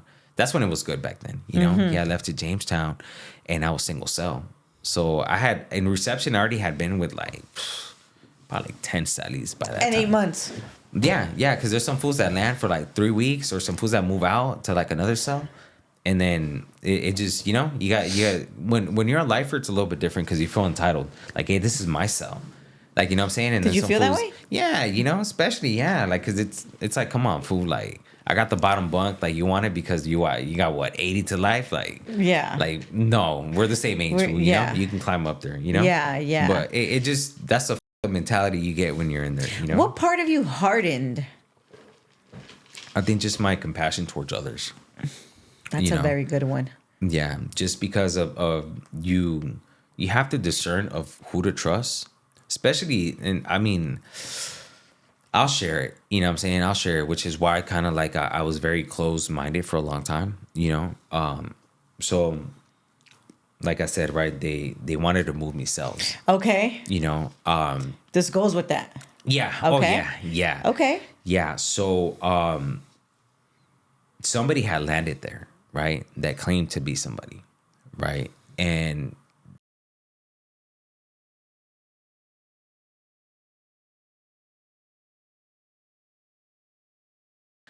I was like, yeah, cool. Everybody's, doing their thing. So I'm a porter, so I'm over here collecting or whatever, tossing it out, whatever. So then I get put into the cell, With the man. Yeah. Oh no. Yeah. So everybody's like, yeah, that's right, boo. And I'm like, fuck. Your face. Because it's just funny because the day when I was taking my shit, they opened up that cell and then homies were already like, that's right, boo. I'm like, boo, I don't want to be here. Yeah, like this is not cool. Yeah, like this is, I don't, what I'm saying? Because it's just like. You liked your own space. Yeah, not just that, but also too, like, expectations. I feel like when you run homie, there's a lot of expectations, obligations, and it's the environment is no longer temporary. It's permanent. Like I was saying earlier, like it's just, that's your home. You know what I'm saying? You're going to protect it. You're going to take care of it. You're going to represent it. And when you're like moving up kind of fast, like how I felt at that time, I was like this is not cool. But you felt cool. Yeah, I know, right? Because Yeah, he was yeah. cool. Like, he was an artist too. So a lot of techniques that I have now, I learned from him. Okay. And this is where you should shoot a lot of shit. Like, he can get the whole, the sheets, and he'll like expand them on the wall, and then he'll fucking draw with pen. I'm pretty decent with pen, but when it will come down like to color pencils and pens and using like actual like pencil as a darker lead to bring out certain colors, I learned it from him. Okay. Because we spent some time, so but then eventually, because we were on that lockdown from one of the homies getting whacked, we didn't have no yard, but the thing is that at that time they were questioning him whether he was good or not, as far as like, was he who he was claiming to be? Right. So I'm a porter and I'm serving food. I'm serving food. And that's what I said last time, earlier, right? Where I was like, God was with me. God was with me, because the homie had told me, like, I think your celly's not who he claims to be. And we're going to need you to take care of it. Yeah. And I'm like, what the like, and at that time, it's like, I'm younger, you know what I'm saying? So pressure, fears, all into full effect, where I'm like, what? Like, serio? And then he's like, yeah, fool. And this was like your first time. Yeah. And it's my first time in prison. I'm in a reception, and it's like, you got to get this shit done, And then the other homie, right? The right hand was like, hey, fool, it's best if you get your work in now. You know what I'm saying? And then you just chill your whole time. And I'm like, fool, like, which definitely makes sense, right? Yeah, but I was like, I mean, fool, it's not cool, guys. But I mean, this is your story. This is your life. Yeah, and I'm like, fool, I don't want to do it. You know what I'm saying? He's like, fool, you got no choice. You're a homie, right? Like, fuck. I'm like, all right, fool. Like, fuck it. It is what it is, right? Just let me know when, right? So the thing about this Sally was that any Wheeler that came in, I would have to read it out loud, Oh no. Right? So they kind of knew that because I told them, I was like, if you don't send me on one time, because this he's on it, you know what I'm saying? And he's like, oh, then he's not, you know, like all this like conspiracy shit, right? And then I was like, fuck, I'm nervous, you know, those days I couldn't sleep, you know what I'm saying? Like I'm tossing and turning, like I was like, fuck, I'm gonna have to whack this fool, like all kinds of shit, right? Just running I through mean, my it's scary. yeah, you know, I don't give a shit what anybody says. yeah, it's running through my head, and I'm young, you know, I'm probably like 25 at this time, like 25 and a half, you know, and long story short, that morning, you know, we're serving breakfast, and he tells me, hey, like he's gotta go, you know, and I was like, what the so he's like, hey, on your tray, because you know, as a porter you get 2 trays, you know, so he was like, on, because my celly was strapped, you know, Always. yeah, my celly was strapped, and so he was like, hey, like I'm gonna give you one, and it's gonna be on the bottom tray, you know, as soon as they do tray kick out, he's like, make sure you eat, make sure you shit, get everything done. As soon as they do like tray kick out, handle business. And I was like, fuck, like, you know what I'm saying? Like, whatever. No te queda de otra. Yeah, you know, like this is things that I have to do, right? If I want to be here, you know? So, long story short, like I go in there, you know, we're eating, yada, yada, but I don't want him to ask me for food because I have the shit on the bottom tray, you know? So out of nowhere, they're like, shh, we're going to have day room today. And I just hear a whistle, right? And you're not supposed to catcall when you're in there, you know? So the homie catcalled, and he was like, you know, like call it off, you know? But I'm like, I don't know what to interpret with this because I'm not hearing you. You know what I'm saying? Like, did you saying fucking dale gas or stop? Yeah, pretty much, right? I'm nervous as and I'm like, if I walk out of this shit, then it's me.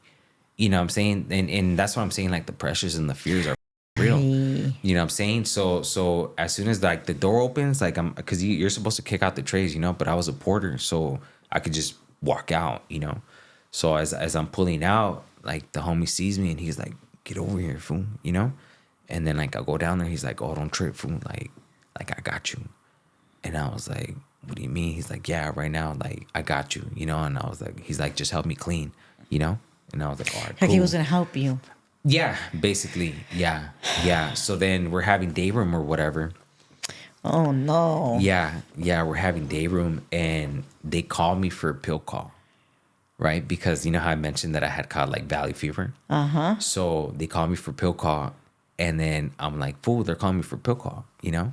So the homie's like, fuck it, just go, fool, just go, fool, you know? And I was like, fuck it, you know? So when I go, and then when I come back, as soon as I come back, I'm going upstairs, and then in my cell, like it got handled, you know? Yeah. God saved you. Yeah, that's what I'm saying. God was with me. Yeah, like every little thing that could have like prevented that from happening happened. Your mom. Something, you know what I'm saying? No, it's God and your mom. Yeah, something, because I was like, and then I mean, they still took me, you know, because I was the celly, but then they brought me back at night. But bro, imagine how you felt. Yeah, it was painful. Like being in situations like that, I mean, I've never not in jail and like being in like a scary situation like that. Like, and people would be like, what do you mean scary? Bro, that's just scary. Like, I don't know what. Yeah. No, you I know? mean, it's to not, and then that's just like, that's what I said, like I lost a lot of compassion. And that hardened you. Yeah, because you get a lot of like high tense intensity moments like that. Yeah. All the time, because mandatory yard, you know? It's like, oh, fuck. At first, well, I didn't know what mandatory yard was, right? Until my he's like, fool, somebody's going to get whacked, fool. You got to go, you know? And it's like, Oh, that's what that means. yeah, you have to go out to yard, you know? So, yeah, it's not the huras, it's the homies that tell you, hey, mandatory yard. Everybody's got to be out there, you know? And there's a reason for that. Logistically, there's a reason for that, you know? But overall, like, just seeing certain things happen, you know, might as well, right? The tension with other races is, if someone says like, oh, I've never been afraid, like, are you bullshitting from? You know, because you know that shit's about to go down, and you don't know if you're gonna make it through. You know, especially when it's like against the blacks. Like, these motherfuckers are big, Facts. tall. You know what I'm saying? Yeah, you know, yeah. So a lot of them, like, their strategies of how they fight, they really don't. You know what I'm saying? They drag and push out, and then they let a group take care. You know, so it's just different tactics. You know, I'm not really gonna go into it like that, but overall, like it's very, very tense. You know, and you learn like you learn what fear really feels like. Yeah. You know, so a lot of things don't tend to phase you when you're like, oh, this was talking shit, like food, like Like it is what it is, you know? But when you're in those situations It's where it's different. like strap up because it might go down, you know, now you're like what now? is it gonna be my day today? Yeah. And then you got fools that like, oh, I'm gonna make a phone call. Baby, I love you, you know, and then fucking Huda's already on the yard, you know, and you're like, oh, Like, what are you fuck, doing, who fool? made the phone call? Yeah, you know? yeah. You know? Yeah, so that was one You of the think fools be things. doing that shit on purpose? I mean, sometimes because Hey, maybe that saves you guys. oh no, yeah, you know what? I there's one They're gonna be fool, like, damn, nigga. Like, nah, I'm just saying, you know. there's one fool that I'm very grateful for. You know, I probably won't go in depth with it, like, you know. But that was one of those. Yeah, he was one of those that just wanted to let it be known, right? And it at that time, like it saved me and a couple other homies from a lot. You know what I'm saying? Yeah. Like it's not like we weren't gonna face the music, but it was just like that one gesture that he made was like I'm sure prevented everybody everything. was like, oh, I mean, you have to, you know what I'm saying? You gotta They're worry human. because like to me it's like the more you're in there, like you value little things. Yeah. You know? So it's not like I didn't value my family, but I value like their support, you know, their forgiveness, like their connection.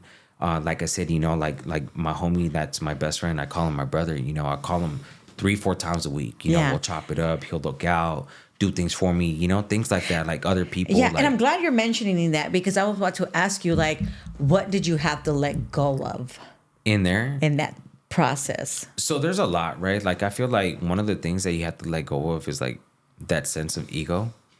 Okay. You know, and especially when it comes down to in that environment, everybody works with an ego. I'm so and so. Like it's funny because the homies will be like, "Fool, do you know? Do you know who the I think I am?" Like you know what I'm saying? Yeah. It's like, "Fool, what?" Like, Yeah. you know. But it just there's a lot of chiefs in there, right? That want to act a certain way, so they'll talk to you a certain way. You know, so when you're addressed a certain way, then you react a certain way. Of course, that's You know? everybody. And in there, it's a little bit different. I'm though. sure. You know what I'm saying? Because it could escalate real quick, you know, where it depends who's on the yard, you know, because there's some homies that tell you, like, if the beef is that serious, like, strap up, you know, give us a show, but then there's consequences after that. You yeah. know, and a lot of fools don't take it to that level, but there's fools that do. You know what I'm saying? And that's one of the things that, like, I had to let go of, you know, where it was like, you balance out, like, do I dislike this man enough to kill him? Or do I dislike what he represents and what he is, but it shouldn't affect me? Right? Because we could just keep our distance. Yeah. You know? And there's a lot of homies, and I've had some Sallys that there's been like 2 where I'm like, I just can't stand this. Like, tell me something wrong and I'm gonna stab you. You know? Yeah, you know, because it just, Super annoying. not just that, but like hostile. You know, where at this time I'm already pretty much sober, you know? But like, I'm not sober to like the terminology of like the NA and AA groups because that's called abstinence, you know, where you're just like saying no, but not really doing in-depth work. I'm just like saying no to everything. Like I'm not getting high, I'm not drinking, yada, yada, just more like conscious, you know, because you have to be like on the yard, you can't be up because then like you never know what happens, especially when you're on like on the higher levels. Like there's a lot of tension always, you know, where bullshit like cheese, and somebody, you know, took something out of the like the container yard, you know, like you Super shit. Yeah, you know, who picked up this from the yard? Like, oh, there was a pedazo that's missing. Like, fool, if somebody took it, it must have been a fiend. You know what I'm saying? Like, somebody's gonna come out. What are you gonna do? Send it back home? Yeah. Somebody's gonna come out with new product and be like, oh, well, where did you get it? Then the questioning could come into play. You Yeah. know? But it just, yeah, just automatically some people start blaming the other races, and it just creates tension. You know? Yeah. But yeah, I went through that where it was like very intense, like very tense, and some cellies were cool, some of them were like whatevers, but there was 2 of them that just Sick of them fools. not even sick of them. It was just kind of like we started off cool, but I might as well. I'm gonna go into depth with it, right? He passed away. He OD'd out here. He's from Orange County, so he OD'd. Like most of my cellies were from Orange County. Like I always preferred it that way, just because we have a better relation. Because know? you could relate. Yeah, yeah. I had a couple cellies from LA too, like Linwood, from the Double S, like Sur Centro. Then I had one I want to say it was Bellflower. Bellflower. Oh, and then a Monteflores too. So I've had a few, you know what I'm saying, from LA, but overall, the ones that I would prefer was Orange County, you know? And this dude comes in and he's older, you know, he's already been down like 20 something years, and he's like spinning this whole hot good one. Like, oh, I was at this yard and this yard became good because of me and yada yada. So I'm like, oh, this was pretty plugged in. Like, better keep my mouth shut, right? So I'm like, all right, cool, whatever. So the second day comes in, you know, third day, whatever, and he has nothing. He's traveling light. Well, that's what they what they call it, traveling light, because you don't have like much packaged. You know what I'm saying? Like, you don't have boxes, you don't have nothing. You just have hygiene. So I asked him like, hey, food, like, you know, like, do you want some stored? Like, you get me later. Like, you want some food? Like, what you want to do? And he was like, yeah, fool, let's spread. Let's do this, right? Okay, cool. Boom. He gets a package, and right away it flies out the window. You know, where he gets high. He bought a sack, you know? And then I was like, all right, you know? So then I had to tell him, I got to let him know, like, hey, fool, look, like, I don't get high and I don't want to be triggered. So when I'm out of the cell, you can get high, just don't leave shit around. You know, be responsible for your shit, you know? And he was like, all right, cool, I got it, yada, yada, wooty woo. One day, like, I didn't mind him getting high. You know, there was times like he would get high inside the cell, but he would 10 up. So when you 10 up is like when you're using the shitter and then you put a sheet. So he would do that, right? He'll like put the sheet and then he'll like shoot up. He'll shoot up on the shitter, you know? So long story short, one of these days they're doing count, you know? They're doing count. And this is how the beef started, right? So they're doing count and they walk through, you know? I'm like, okay, cool, whatever, you know? So he tense up and he shoots up. So when he shoots up, he ODs and fucking smacks himself on the wall. Wow. Yeah, he smacks himself on the wall and he's just there, boom. But in prison, you're allowed to have TVs, you know, which is like with the headphones and all that. So I got my headphones and I just see him drop, boom. And I'm like, what the fuck? Some other trying to wake him up. I did slap him, you know what I'm saying, trying to wake him up. And I'm like, fool, what the fuck? So I'm shaking him. And the homies would always tell me, like, hey, fool, like, put a mirror underneath his nose to see if he's breathing, you know? So I did that right away, like, boom. And I was like, okay, this fool was breathing, but he's just out, maybe because of the hit or whatever, you know? So I tuck him in my bed. I basically brought down his mat and put it there. And then I tucked him there. And I put the little, well, you could block it with the towel because you have rat lines, you know? So I blocked it with the towel. And then they're like, recount. Right, so they're recounting. So for count time, you have to stand up and turn on the light. Oh no. Yeah, so I'm over here panicked, right? And I'm like, the CO was cool. She was hella cool, right? But I was She knew. Yeah, I was like, we're just gonna get a write up. I was like, I'll take the write up rather than the hit of this fool, you know? Because I don't know where the syringe went. You know what I'm saying? That was the thing. Like I was trying to look for it, and I was like, either underneath or it went out the door. Like, you know. So I'm banging on. I remember I banged on the neighbor, right? I was banging on the neighbor because you can talk through the vents, you know. So I was like, hey, do you see anything out there, you know? Because like little cracks through the door. He's like, I don't see shit. And I was like, fool, this one just went out and I don't know where the rig is at, you know. So he's like, damn, fool, better find it, you know. So they walk again, but this time I pretended like I was watching TV, and so was he, you know. So he was just sitting there, but he was out, you know. She couldn't see him, and she on the glass, count time. And then I was like, what? She's like, count time. And I was like, oh, I didn't hear it. I got the headphones. She's like, count time, and walks away, right? And I'm like, oh, what the fuck? I'm good, You're right? saved. Yeah, you know, another time, right, that I fucking lucky. So she walks, whatever they do, count, and then they open up for Chow, right? This was still out. He's still there, you know? But he's like, you could tell like he already gained some color because when I first laid him out, he was pale as fuck. So then the homies would always come to my door and we'll walk together to Chow, you know? Wolf, you know, from Orange County or whatever. And then, so we're chilling or whatever, and we go to Chow, whatever, and then come back. When we come back, this was pacing back and forth. He's pacing back and forth on the cell, like mad as fuck, and he got like this mouth guard, right? And then I tell the homie, like, hey, fool, like, is this really mad? Like, the one that should be mad is me, you know what I'm saying? So I tell him, hey, just hang on tight, fool, you know what I'm saying? And we're gonna pack this fool out. You know, if he up, we're gonna pack him out. So he's like, all right, cool. They open up the doors and he comes at me. You know, he's a little shorter, but kind of stocky too. Who, him? Yeah. Ah, okay. Yeah, and he comes at me and he's like, hey, fool, you knocked me out. That's some shit, you know? And I was like, fool, like, You fell. yeah, you fucking OD'd, fool. You're ungrateful as fuck, fool. Like, I picked you up from the ground. You were drooling fucking all the way out, and I sat you down, cleaned you up. Like, did you find your syringe? He was like, where's my syringe? And I was like, fool, that's your task. Like, fucking, you know? So I sat down, and he was still in front of me, you know? And I was like, fool, if I get up, like, we're gonna get down, fool. You know? So he was like, well, get up. So I get up and I was like, well, swing, you know? So like, you know, it's stupid shit, right? When you're a celly or whatever. And he didn't want to. So then I was like, just stay on your rack, fool, because the whole bottom shit's mine, you know? And if you're going to go down, you go down through that side, you know? Which is kind of petty, right? Well, now that I think about it, you know? But at that time, it was like that. Like, this is my cell. Like, I'm the lifer, not you, right? So we abide by that, right? And small talk, like, hey, I'm coming down to work out. I'm going to take a shit. I'm gonna make some food, you know. I'm gonna heat up the hot pot, whatever. You know, he still had access, but it just wasn't like before. It was like very like limited, you know. But the thing about it is, like, in prison, like, they tell you, like, no comadres, right? Like, don't go out there and be like, oh, my celly's like this, like, yada yada. You know, that's like very, very like frowned upon. So I wasn't going out there to like whoever had keys or whatever to be like, hey, I don't like my celly. But he was?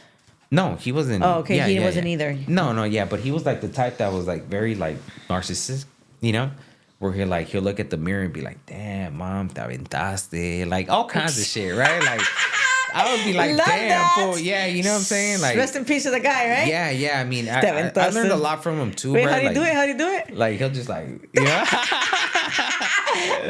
Yeah, this motherfucker was on some shit. But that's funny. But you deal with a lot of characters like that. Yeah. You know, a lot of personalities. Like, I'm telling you, like, many personalities. Yeah, I'm telling you about like the egos too, right? Like, you deal with a lot of egos. Who's that?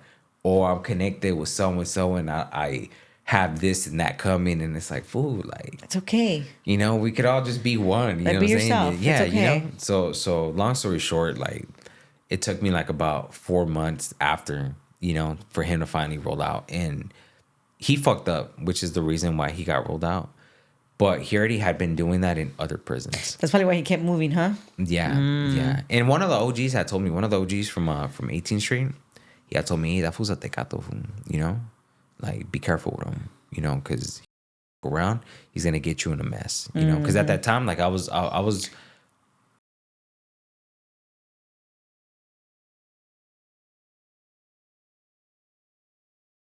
and then too, like, I would draw and paint and things like that. So a lot of homies would always come to my door and be like, hey, fool, can you like, do this for me? Yeah, you know, and like they'll drop off like bags of canteen and things like that, you know? Like, he never stole from me. Yeah. But it was just always in my mind where it was like, oh, better not grab shit without asking me. So I would have to count it.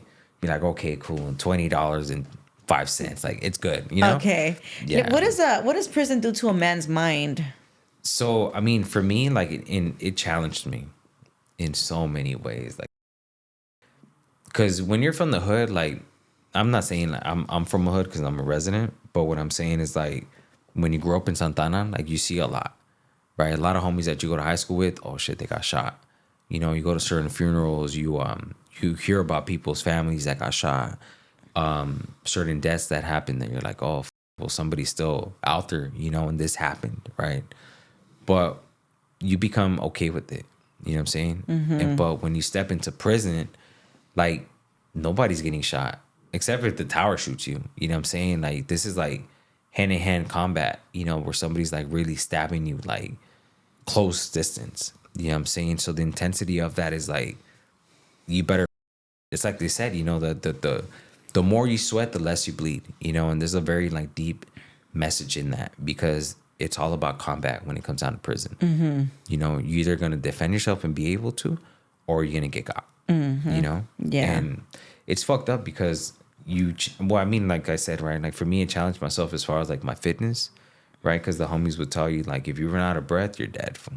You know, that's why there's burpees, you know, like, you do your burpees, you keep that wind, you know what I'm saying? So when it comes down that you're swinging, you can swing for as long days. as you can. Yeah. You know what I'm saying? And there's a strategy to everything, you know, but as you do more time, then you pick up on it, you know, because in the beginning I was reluctant, where I was like, fuck, these burpees for what, food? Like, until you know, later. my back, you know, and then you have the OGs that'll be like, yeah, food, like, the burpees fuck up your back, so pick up on the pull-ups, you know?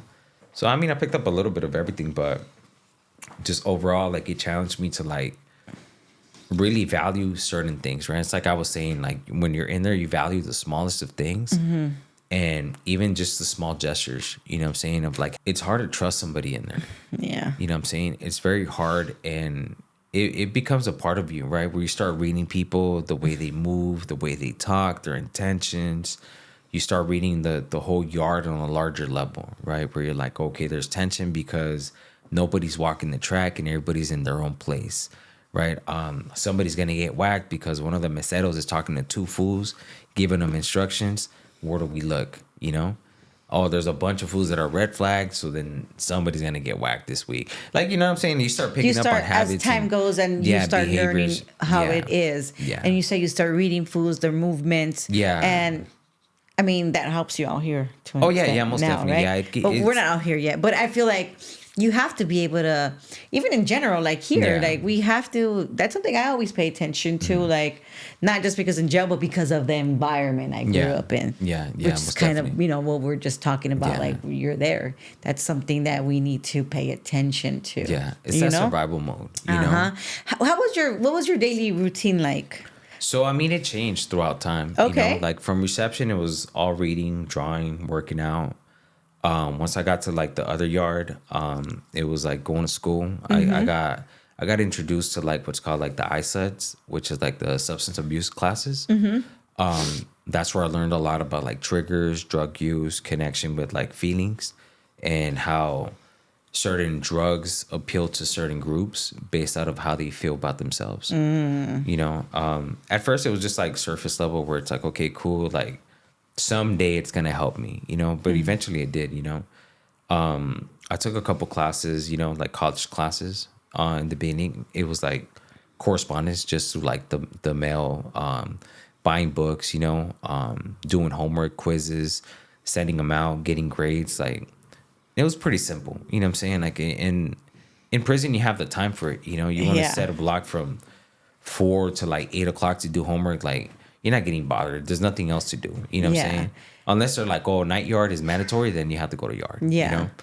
But overall, like when it came down to painting and drawing, like I would try to do that at least daily, Okay. you know? Well, how many prisons did you go to? So I went to 2 in total. Okay. Yeah, yeah. So you were at Wasco for. So I was at Wasco, and then I ended up in Soledad. Okay. Yeah. Okay. So Wasco's kind of where you get laced up, you know what I'm saying? Like you see a lot more things, and I mean, I could tell you all day about gruesome stuff. Yeah, that I but no, see. that's not what You we're know? here for. Yeah, Obviously, you know? we hear them all the time, and Yeah. you know, you already shared. Yeah. You already Yeah. shared Yeah, pretty much okay. like a lot. Like Did I? Oh, I'm sorry. I mean, you not a know? lot, but you get what I mean. Like Yeah. you shared, you know, Yeah. you shared what's impacted you. Yeah. What has, you know, like what stuck to you, what hardened you, and these are the moments that did that to you. Yeah. You know, and it all happened at reception, kind of. I mean, it right? happened throughout Well, every yeah, yard, but you know, you mentioned like it was kind of like in the that was the beginning. introduction. the That's introduction. where it put my guard up, where it was like, oh shit, this shit's real. Mm-hmm. You know, because you just see it in movies, you hear it, you know, Yeah. you read it on news clips or whatever. Nowadays, with like the social media, where they're like, Everything's there. yeah, you know, everything. But when you're living it, it's like different. fuck. It's like literally like 20 feet away from you. Yeah. You know what I'm saying? You're watching it, you're like, and then you're like looking around, you're like, is somebody like is it gonna get bigger? Mm-hmm. You know? Tell me about Soledad. So Soledad was like for me like the breaking point, right? Like and I mean the breaking point like in a sense of like it changed a lot of how I used to think. You started to grow. Exactly. Yeah, because when you're on the higher levels, like there's always like that segregation. You know, not that I had anything about like, you know, against blacks or anybody like that, but it's just the distrust, like you try to keep a small circle. You know what I'm saying? Where it's like I can't, everybody's trying to have a come up or either set you up for something because that's gonna be the cat's paw. You know, so you have to be aware of like how everybody's like the dynamic of things and their intentions, right? So you're always on guard. And then I went to Soledad, but when I went to Soledad, my first Sally, he was a lifer that got found suitable. You know, so he went to Soledad, then he went up to Wasco because of the COVID situation, and then he went back to Soledad. You know, so he got his hearing at Wasco, and he got found suitable. You know, he wasn't the first lifer that I heard got found suitable, Suitable to get released. Yeah. 'Kay. Yeah. So he went back with me to Soledad, and he kind of plugged me in because he was already known for certain groups. At the time, he was doing success stories. Like, he was one of the facilitators. Johnny's out here, one of the creators, for success stories. But long story short, like, he introduced me to certain groups and was like, hey, like, when things get running, like, have my celly in here. He's a lifer, But the thing that affected me the most was when I was at Wasco, I went to what's called like the consultation for board. So basically, they just tell you everything that you need to have by the time you go to board for them to even consider you. You know what I'm saying? So I came back to the yard and I was like, fool, I have a chance to go home, And at that time, Prop 57 was allowing lifers to get milestones. So because I was going to school, I was going to college classes, I'd gotten my GED. My GED gave me like 7 months off. Oh, nice. For my sentence, yeah. But it was like, I was like, all right, I got a life sentence. So we'll see if it ever plays out, right? It definitely played out. It definitely did, yes. But long story short, like, we're in COVID times, when I moved into Soledad. And then once I'm there, they open up what's called like it was called Sick Puppies, right? But it's AA groups. So they only have it on Sundays. So that's the only group that was open during COVID. But you would have to go with your mask. You would have to have space. Yeah, Sick Puppies. And I grew a lot in that group too, because first day I walked up in there, I remember like I'm kind of bragging like, oh, I've been sober for like 5 years, yada, yada. And they're like, oh, what steps, and I didn't even know the steps, They're like, oh, you're a dry drunk, and I'm like, fool, what the fuck? Like, I don't even know you, fool, They're like, oh, don't take it personal, da-da-da. That's how we challenge. That's just the language. Yeah, and I was like, all right, whatever, But that was the thing. That was like my aggression, right? Because I'm coming But they have weird ways, so I don't give a poop what anybody says. Some NA people are just a mess. I mean, some of them. I'm just saying, like every human, like. I mean, yeah, I mean, like it's like, oh, you're not allowed to, like, not allowed, but like, don't surround yourself in places, things, or whatever. But it's like, it's the individual. Yeah, just because you can't doesn't mean I can't. I mean, yeah, no. I mean, I'll challenge it to where it's like every individual. I mean, I smoked meth for 15 years. No, I know. Depending on where they're at, as far within as like themselves. In their recovery and within themselves, and how much like they've changed like their triggers, right? Where it's like a trigger, then a tool, and then like a passive trigger. Being able to identify that, and then that you're on the other side. So it's like, why would I go back to that? Yeah, like I've done recovery homes, inpatient, outpatient, NAs. I've done it all. None of it helped me. I mean, I think you weren't receptive to be helped at that time. Well, I can't say I didn't try. But see, that's the thing. What took me? Staying in prison long enough to be able to see myself for a long time sober. Yeah. Well, see, that's what I'm saying, right? Like, when you want it, you chase it, right? It's like they say, like, it's one of the traditions, right? Where it's like the desire, to be. The desire's still there. No, of course, but some people lose it.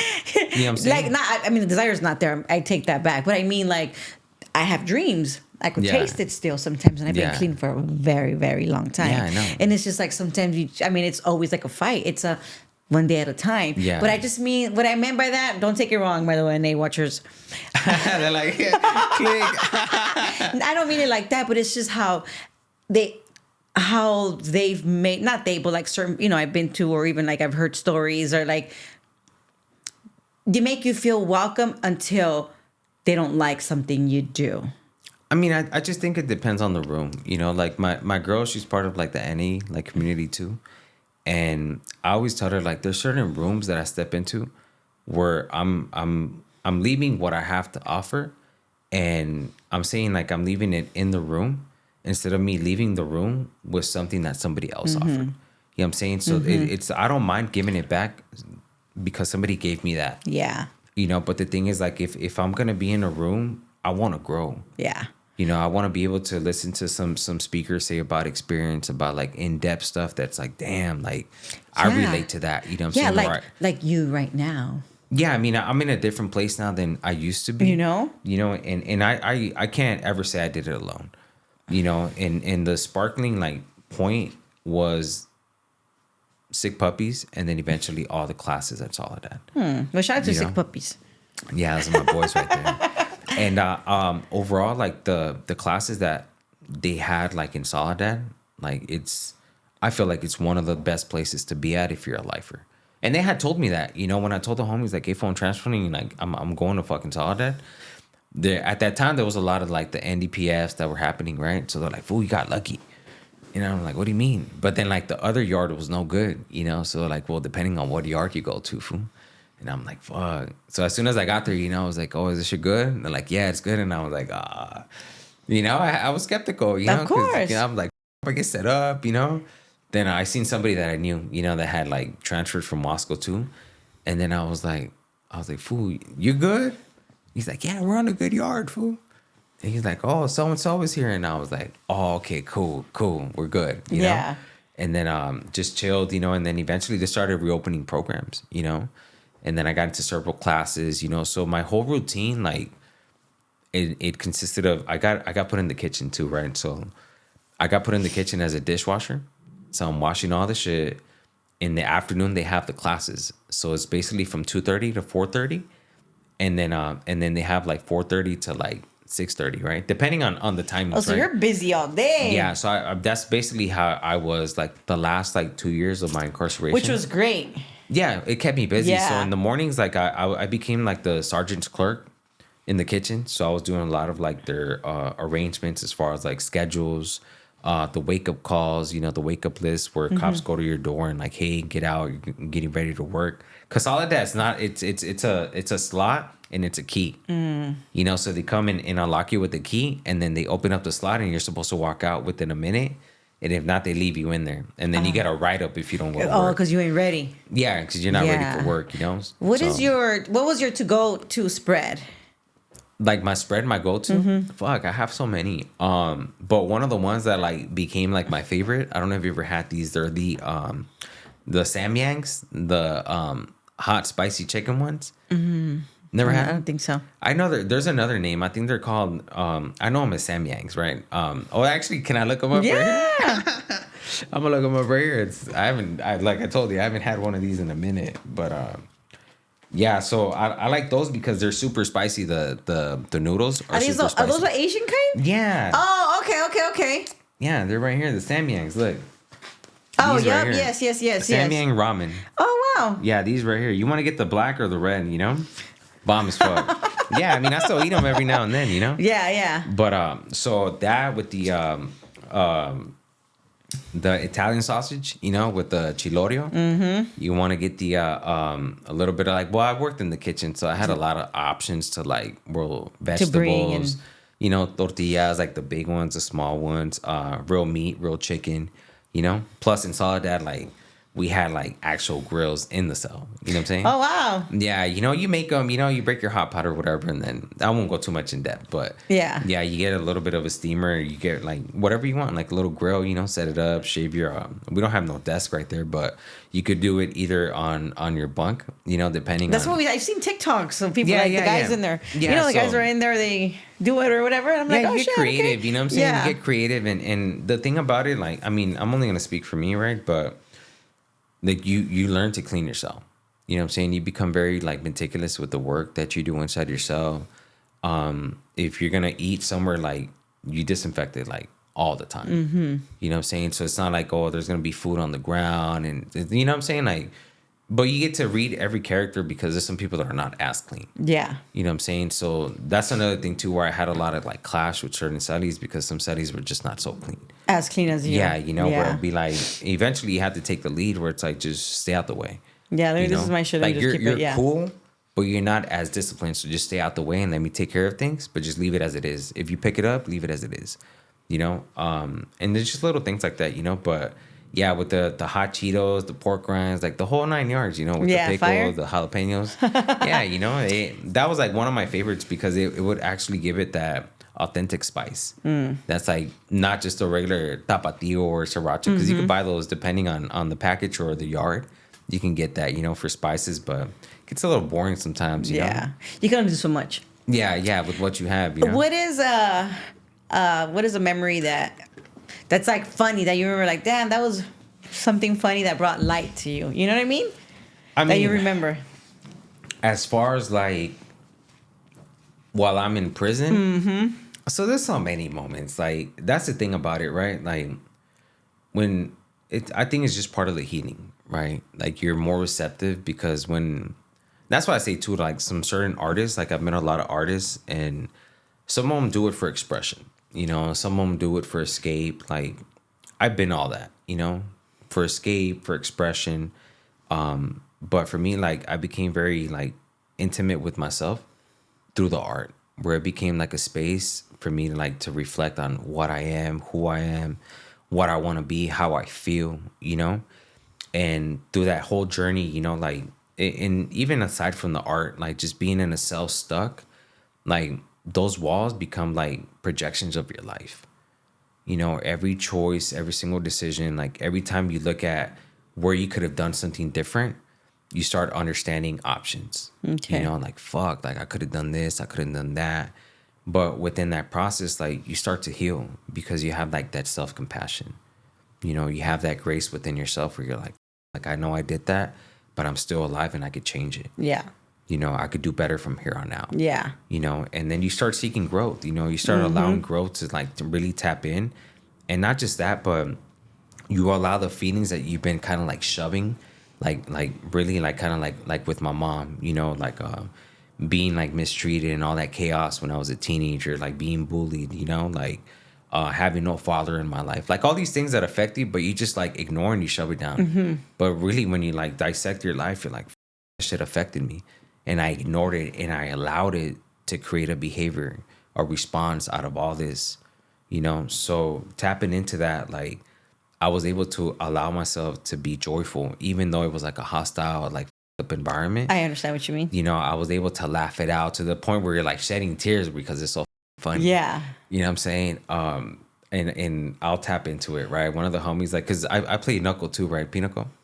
And one of the homies, like, we're playing and he's big. He's the big guy. You know what I'm saying? Like it's pretty hard to stay big in prison, but he managed, But long story short, we're playing knuckle and I don't know, we're like he ends up farting.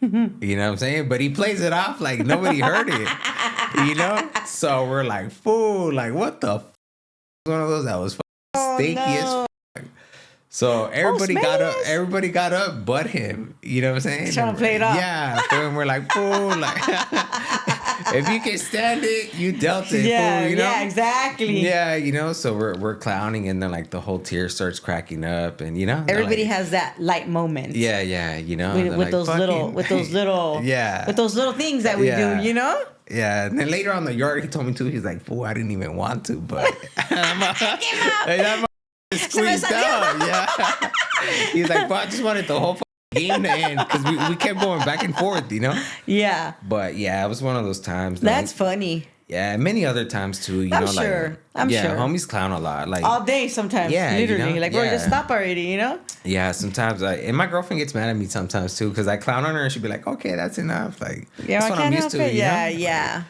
Yeah. Did you have any pen pals while you were incarcerated? So I did and I didn't.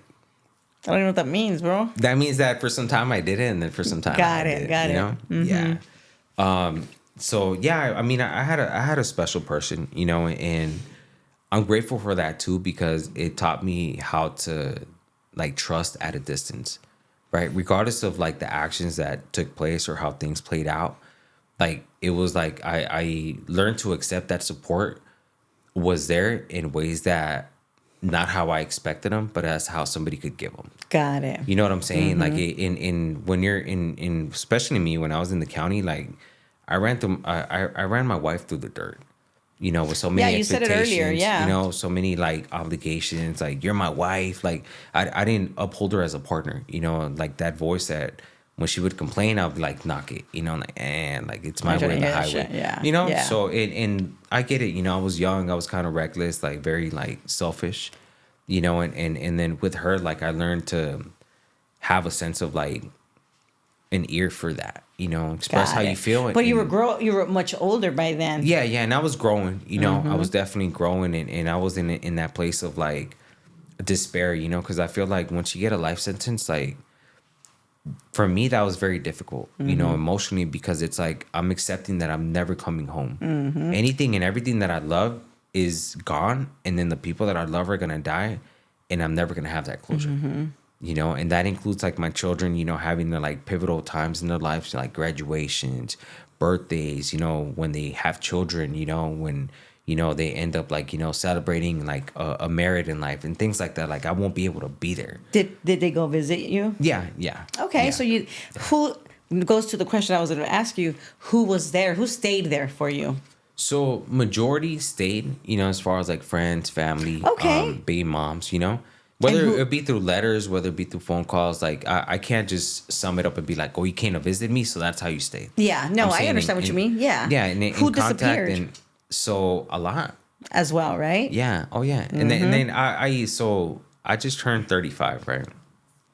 And for many years, like my birthday was like very conflicting to me, you know, because when I turned 24, I was open to it, right? To my first birthday, cool. I'm getting all these letters, all these like birthday cards, cool. Then eventually, my 25th birthday comes up, half of that. My 26th birthday, less, yeah. By the time I'm upstate, it's maybe like $20 on my books, and I owe restitution. You know what I'm saying? So it just like I'm grateful for the gesture, but slowly but surely, I was just a memory. Yeah. You know, and another birthday came up, you know, where it was to the point where I was like, I don't even want to celebrate it. Like, what is there to celebrate? Yeah. You know, and you get caught up, you know, some homies like you'd be like, oh, buenos dias, right? And they'd be like, what's so fucking good about it? Right. And I'm like, damn, negative ass fucking grumpy ass fool. You know? Yeah. Like you deal with a lot. That's what I'm saying. Yeah, Like for you're always sure. on that you gotta learn how to deal with aggression, but you also gotta know how to serve it when the time is right. Did you know? feel forgotten? Oh yeah, most definitely. Yeah. You know, and those are things that, like I said, you know, prison challenged me, you know, a lot because in the good sense of it, like it gave me a lot of like self-worth where it's like, okay, like I'm valued by my family, but I also value myself. And second, like I'm okay with solitude. Like I'm okay with sleeping in a bed, like it's not even a bed, but like a little rut. That's for me. And I'm okay with like being alone in the cell. Like I'm okay with just like not having I don't even watch TV. I only watch TV with my girlfriend. Maybe certain family members when I go over and that's it. Like I'm not a TV guy to sit there and turn something on and Yeah. fuck around. You know, Yeah. like I'm more like I read, I'll be on Snap or whatever, I'll do my thing. But it's like I look at videos that are gonna allow me to grow. Got That it. perspective, you know. But that comes from the books. Like I read so many books, like I'm not saying like I've read so many, like a lot, but I'm saying I read enough to where I know that my time, if I dedicate it in the proper ways, I definitely benefit from it in the long run. Yeah. You know? Makes sense. Yeah. What would you say was the craziest moment you experienced Like emotionally or just overall? overall?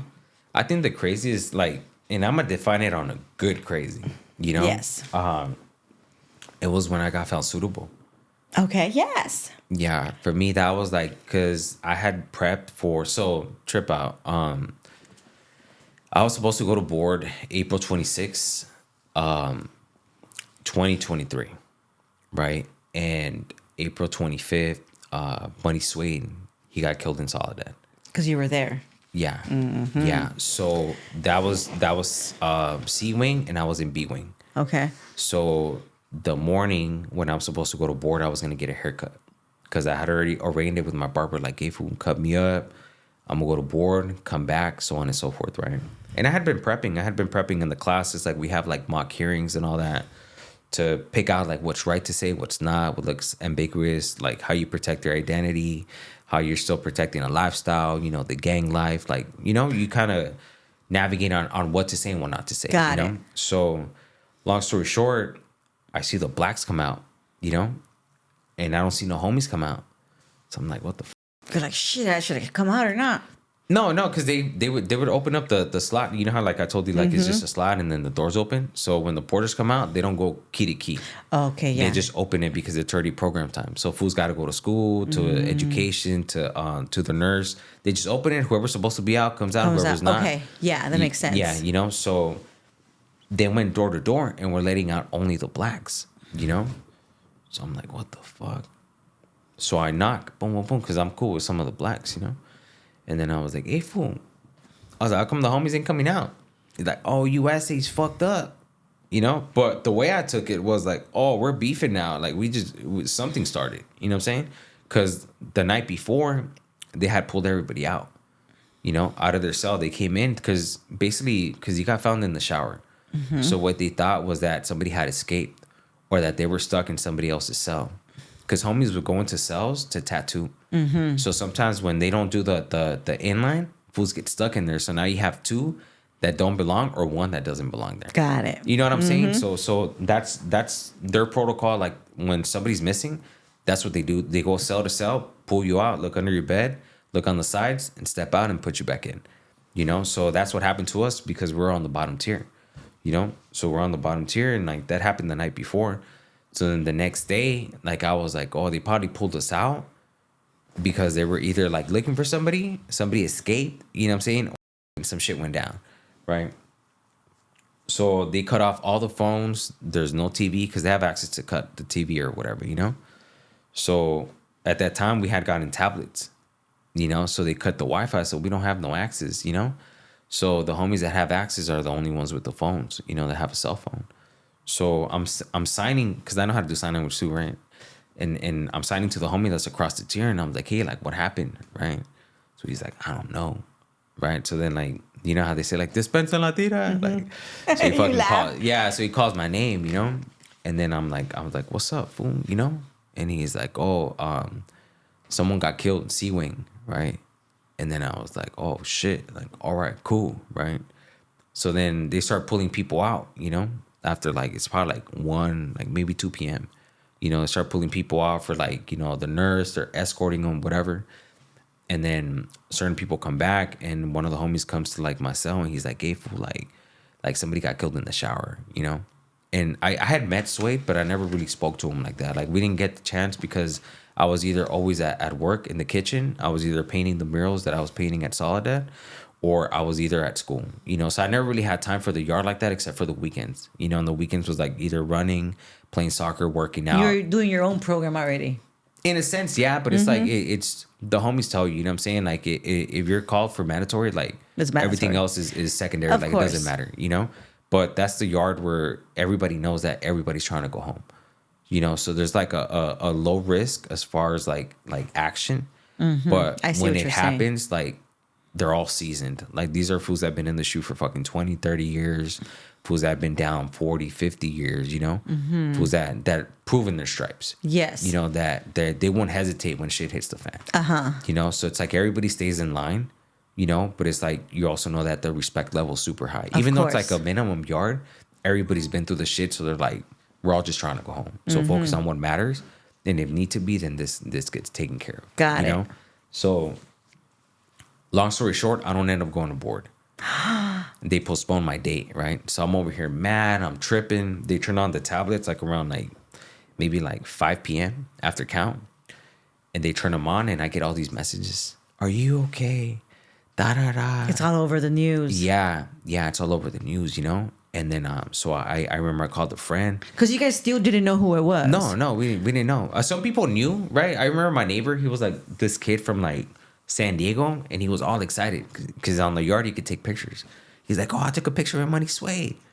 And I was like, I don't even know who the that is, you know? And he was like, oh, that's the homie that came to shake your hand at the OC table. And I was like, oh, that fool? What is he? You know, he's a rapper. I was like, I've never heard of him, you know? So then after the fact, you know, I called my nephew, and I was like, hey, fool, what's up? Da, da, da. He's like, man, that fool got killed right there, da, da, da, you know? But it had been said, like, you know, like, be discreet, like, be mindful, right? I'm not going to say discreet, like, be mindful, right? And basically my nephew told me, like, hey, fool, like this fool was big out here, you know? And I was like, what the like, fool, I should have taken a picture or something, you know what I'm saying? Like, Yeah. you know, but I didn't know that was going to happen. Yeah, You know of what I'm course. saying? Like, I was just like I got to brush up, and like, I also write, I that's the thing, right? Like, I paint, I draw, I write poetry. I created a self-help program. Like, we'll go into it, right? But long story short, like, it postponed like my board for 6 months.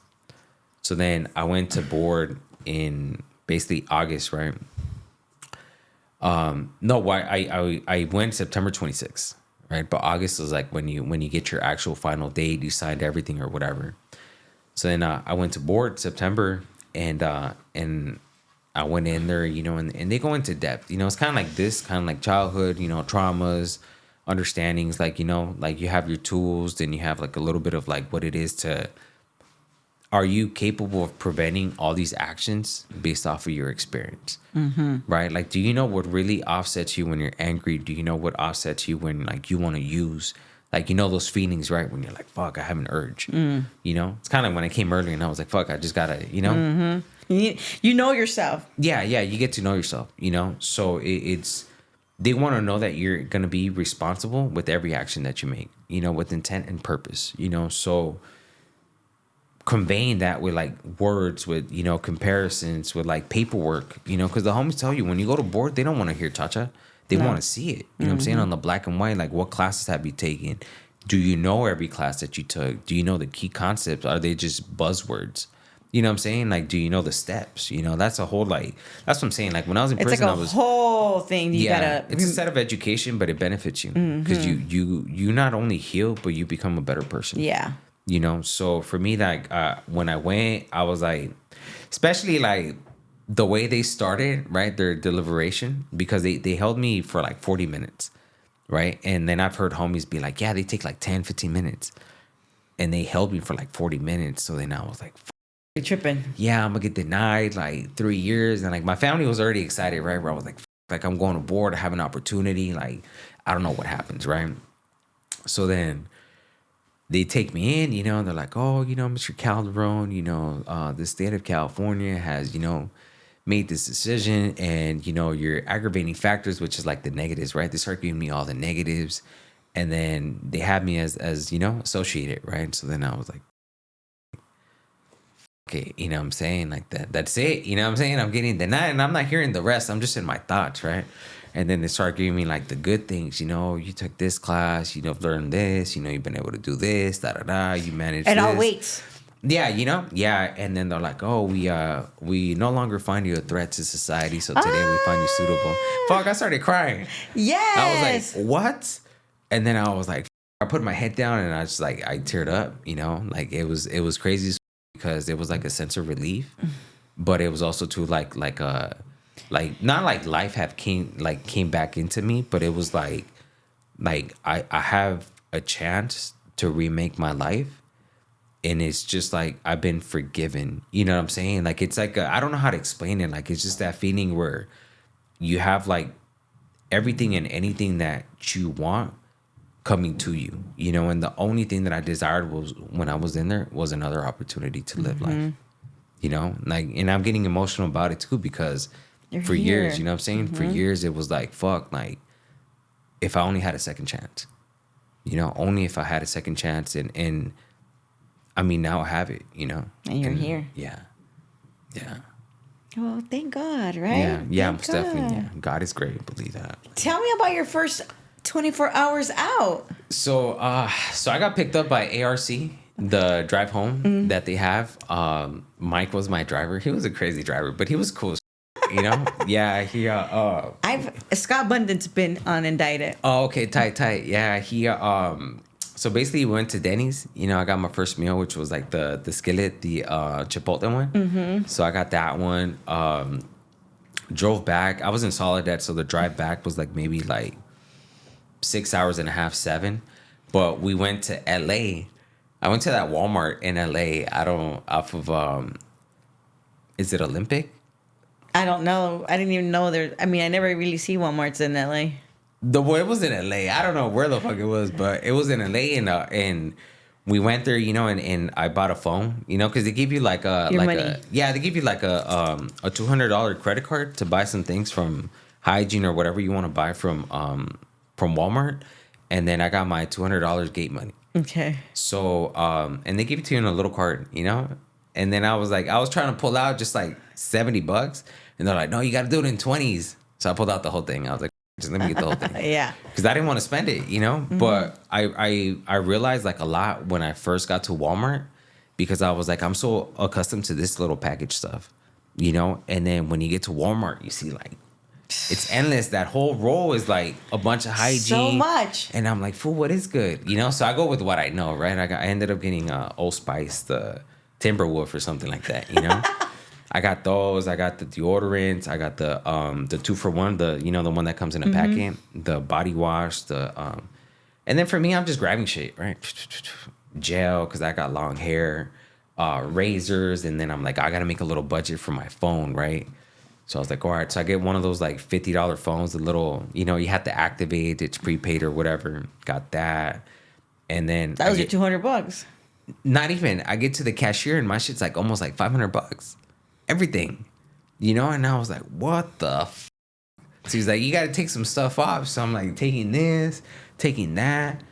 And I was like, I'm just going to use you guys' card and then my fucking gate money. I'm back to zero, But I knew I had money saved because of the paintings. Like I would do commission work, yeah. So I was like, fuck, So yeah, long story short, we drive back and I see well, like I said, I call her moms, so I pull up to her because she was on the way to the transitional house. So I pulled up to her, like we had a moment, it had been so many years and like out of everybody, like she was one of the ones that like supported me the most, gave me like that comfort, like that ear and like that encouragement, along like with my tias and things like that like they kept me strong when it was like when I wanted to tap out. Yes. And I don't mean tap out like suicide or nothing like that. I'm meaning like just not care. Is what I'm doing really gonna have a reward? Yes. Right. And then just like hearing them out, like, hey, like I'm so proud of this. Like, oh, I'm glad. Even the GED, right? Like, oh, I'm so proud you got your GED. And I'm like it wasn't really nothing, but I could have been done it. I just didn't have like the initiative to complete it. Yes. Like I wasn't stupid. Like that was the thing. Like that was one of the things that I learned from prison, where it's like I wasn't stupid. I just wasn't using my intelligence. Yes.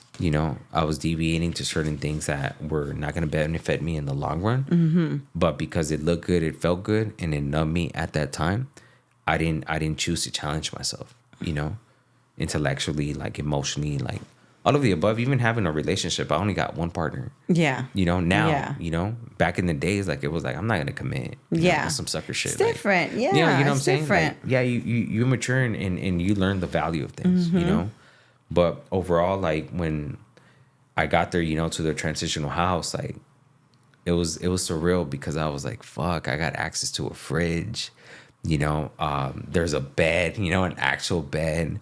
I have a space of, closet, and I didn't have no clothes, you know what I'm saying? Like, the only clothes I had was my dress out, it was a gray Hurley sweater, some pants that were like from Walmart, I had it was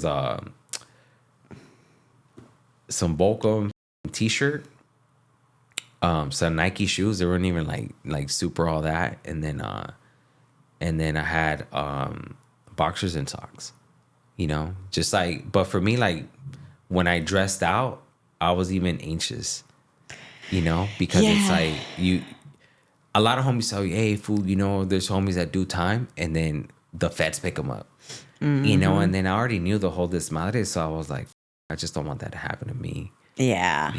After serving life, that would be like the worst, because sure. everybody, my whole family was excited. And I didn't even tell you, but I got embanked. You know what that is? No. So embank is when they pull back your date. Yeah, so they pulled back my date before the 150th day.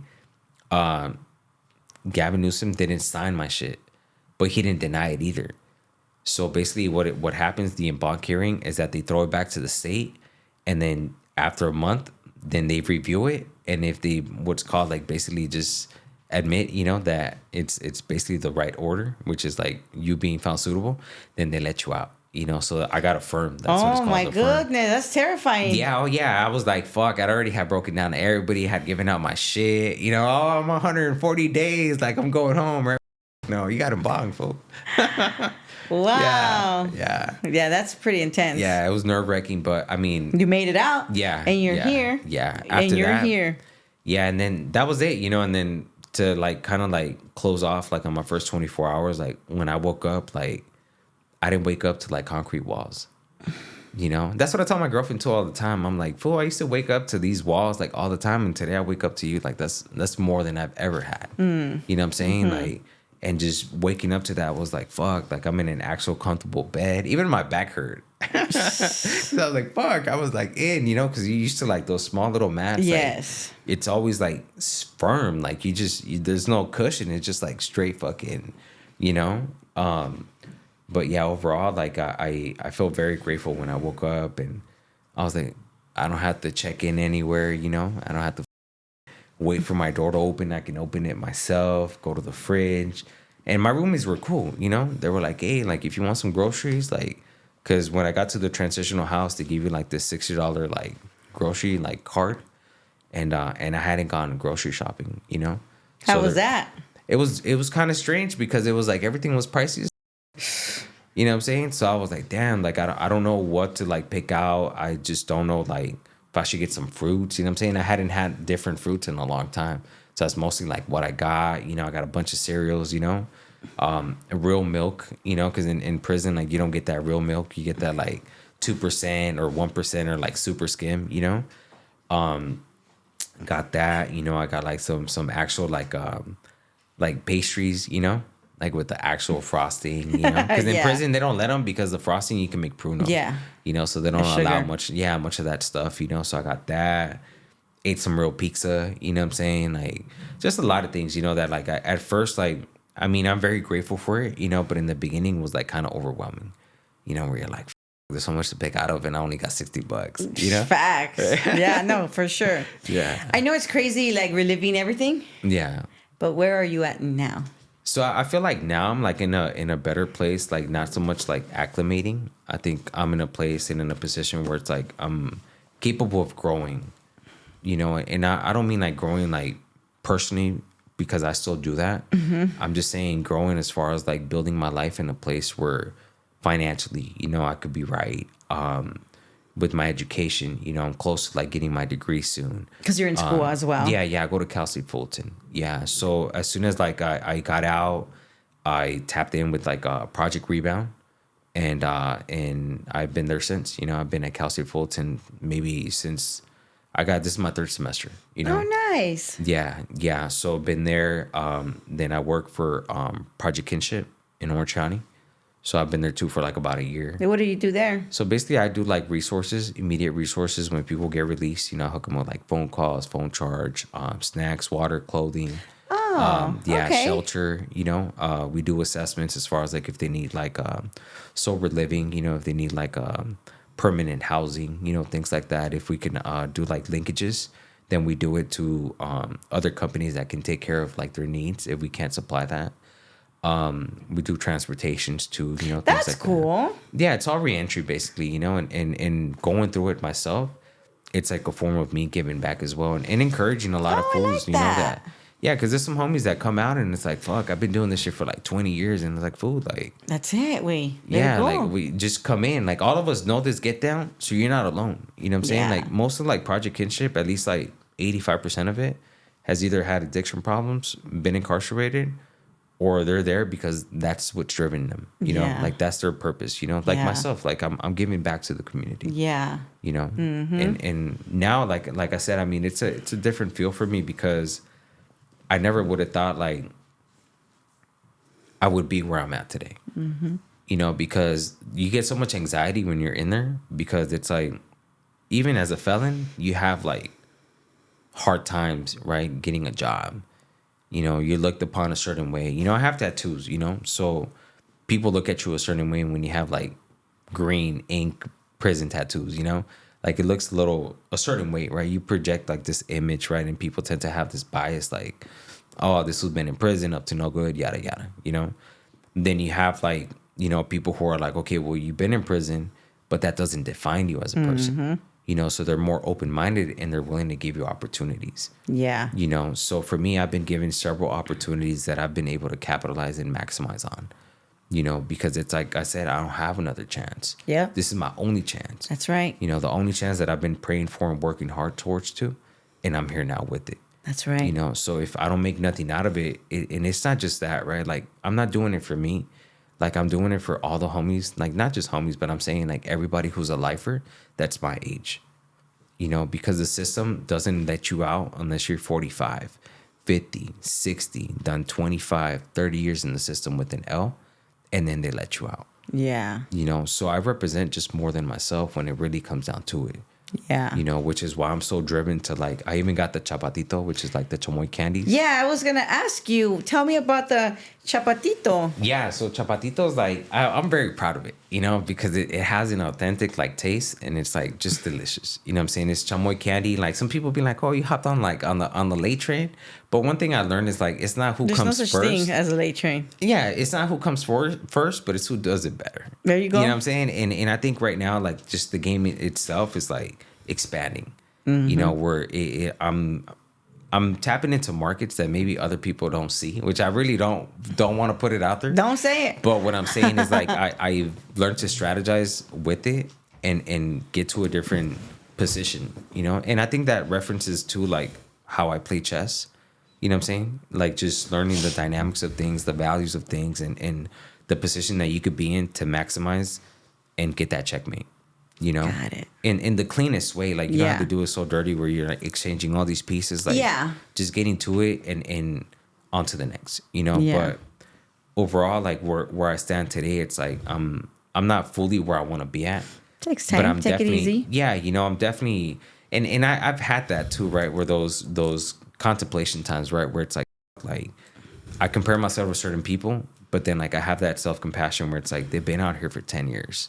They're supposed to be established. They're supposed to be like with the mindset that they have. Like there is no doubt that that's where we're gonna be at. Yeah. I'm technically 25 out here. You know what I'm saying? Like with the 2 years that I've been out, well, closer to like I'm technically 25 living an adult life. Yeah. Even though I'm 35, like I'm learning what it is to manage bills, right? To get a license because I never had one. Yeah. Right. To own certain things, to be able to like process and do all my paperwork for a legit business. Yeah. To be able to market and do things, trials and errors, like all that, like you're adulting. In a sense, you're in reality of real life. Yeah. Of where you should be at right now. At the end of the day, thank God you are where you should be at. You're doing it right now. Yeah. At the age you're doing it, God took you out of the world because who knows how much more it could have been worse. Yeah. So you're back. Yeah. Where you should be at. Yeah. At your age. Yeah. Adulting, paying bills, doing everything you got to do. Don't rush. I mean, one day at a time. Yeah. Because at the end of the day, it's going to get done. Oh, yeah. And that's the thing. That's why I said, like, sometimes I contemplate because it's like I would want it to be quicker, faster. I mean, we all do still. You know what I'm saying? It's just, it's part of us wanting it fast now. And it's like, we want it so bad. Yeah. And it's okay. It's okay to be that way. Yeah. I exercise, like, patience with it, where it's like, okay, like, todo su tiempo. Mm-hmm. I also felt like that, like, anxiety and, like, that impulsiveness when I was in prison. Where it was like, especially when I shared about like me going aboard and then getting postponed, like I was like, fuck, like that was my chance, right? But like I think about it too, and I'm like, if I would have gone to board that day, maybe I would have gotten denied. That's right. Yeah, I mean, and I've seen a few like really tap in, into like project kinship and change their whole life, sober up little by little, and to me that's like what I do it for, you know what I'm saying? Because it's no longer about me, That's one of the things that. When you become like selfless, when you start like really doing things for others without an expectation, like life like rewards you. You know what I'm saying? Like for so many years, like I had those ansias, like the anxiety of like trying to get out, wanting to be out. Even when I got denied, like at board, like it affected me, right? Where it was like, this is how I feel. But I just had to write those feelings out. Yeah. And understand that everything at its time, like, I could want certain things to happen, but God already has a plan. That's right. And that's why like when I see like how, Chapatito's kind of like flourishing, and people are like in demand of it, I'm seeing like when they tap into the website, like I can see how many visitors a day I have. Like, that's cool. Yeah. So it's growing exponentially, where I'm like it's good, God is good and people love the product, I would love for you to try it too. I'm gonna try it. I'm gonna do a little video. Yeah, give you some feedback. But overall, it's. I mean, for me, I think it's like one of the best like things that I could have started, which is entrepreneurship. Because now it's definitely developing. And just for another thing too that I have developing, I left a self-help group in prison that correlates like life and chess. you know, and that's like my little like roadmap of my life in paper, you know. Yeah. That's cool. You're all looking at me like, what are you saying? I'm just listening, you know, like I don't know, have anything to say. I feel like you should be very proud of yourself. Oh yeah, most definitely. You know? I stay humble with it though, you know. Life is only going to go up. Yeah. You know, you've been out for 2 years, almost 2 years. Yeah. And you have a whole lifetime to go. Yeah. You know, you're super blessed. Yeah. You are super blessed, and I'm sure your mom is super proud of you. Yeah. You know? Yeah, I always look at it that way where I'm like, man, like if she had the chance to see me now for who I've become, like I know she would be proud. She sees you. Yeah. She sees you. Thank you. You know? Is there anything else you want to say before we go? No, I mean, I just would like to say thank you. You know, thank you for the opportunity. You know, thank you as well for everybody who's like watching. And don't drink and drive. Don't drink and drive, guys. Yeah. I'm glad my husband don't drink because I wouldn't be going anywhere. Yeah.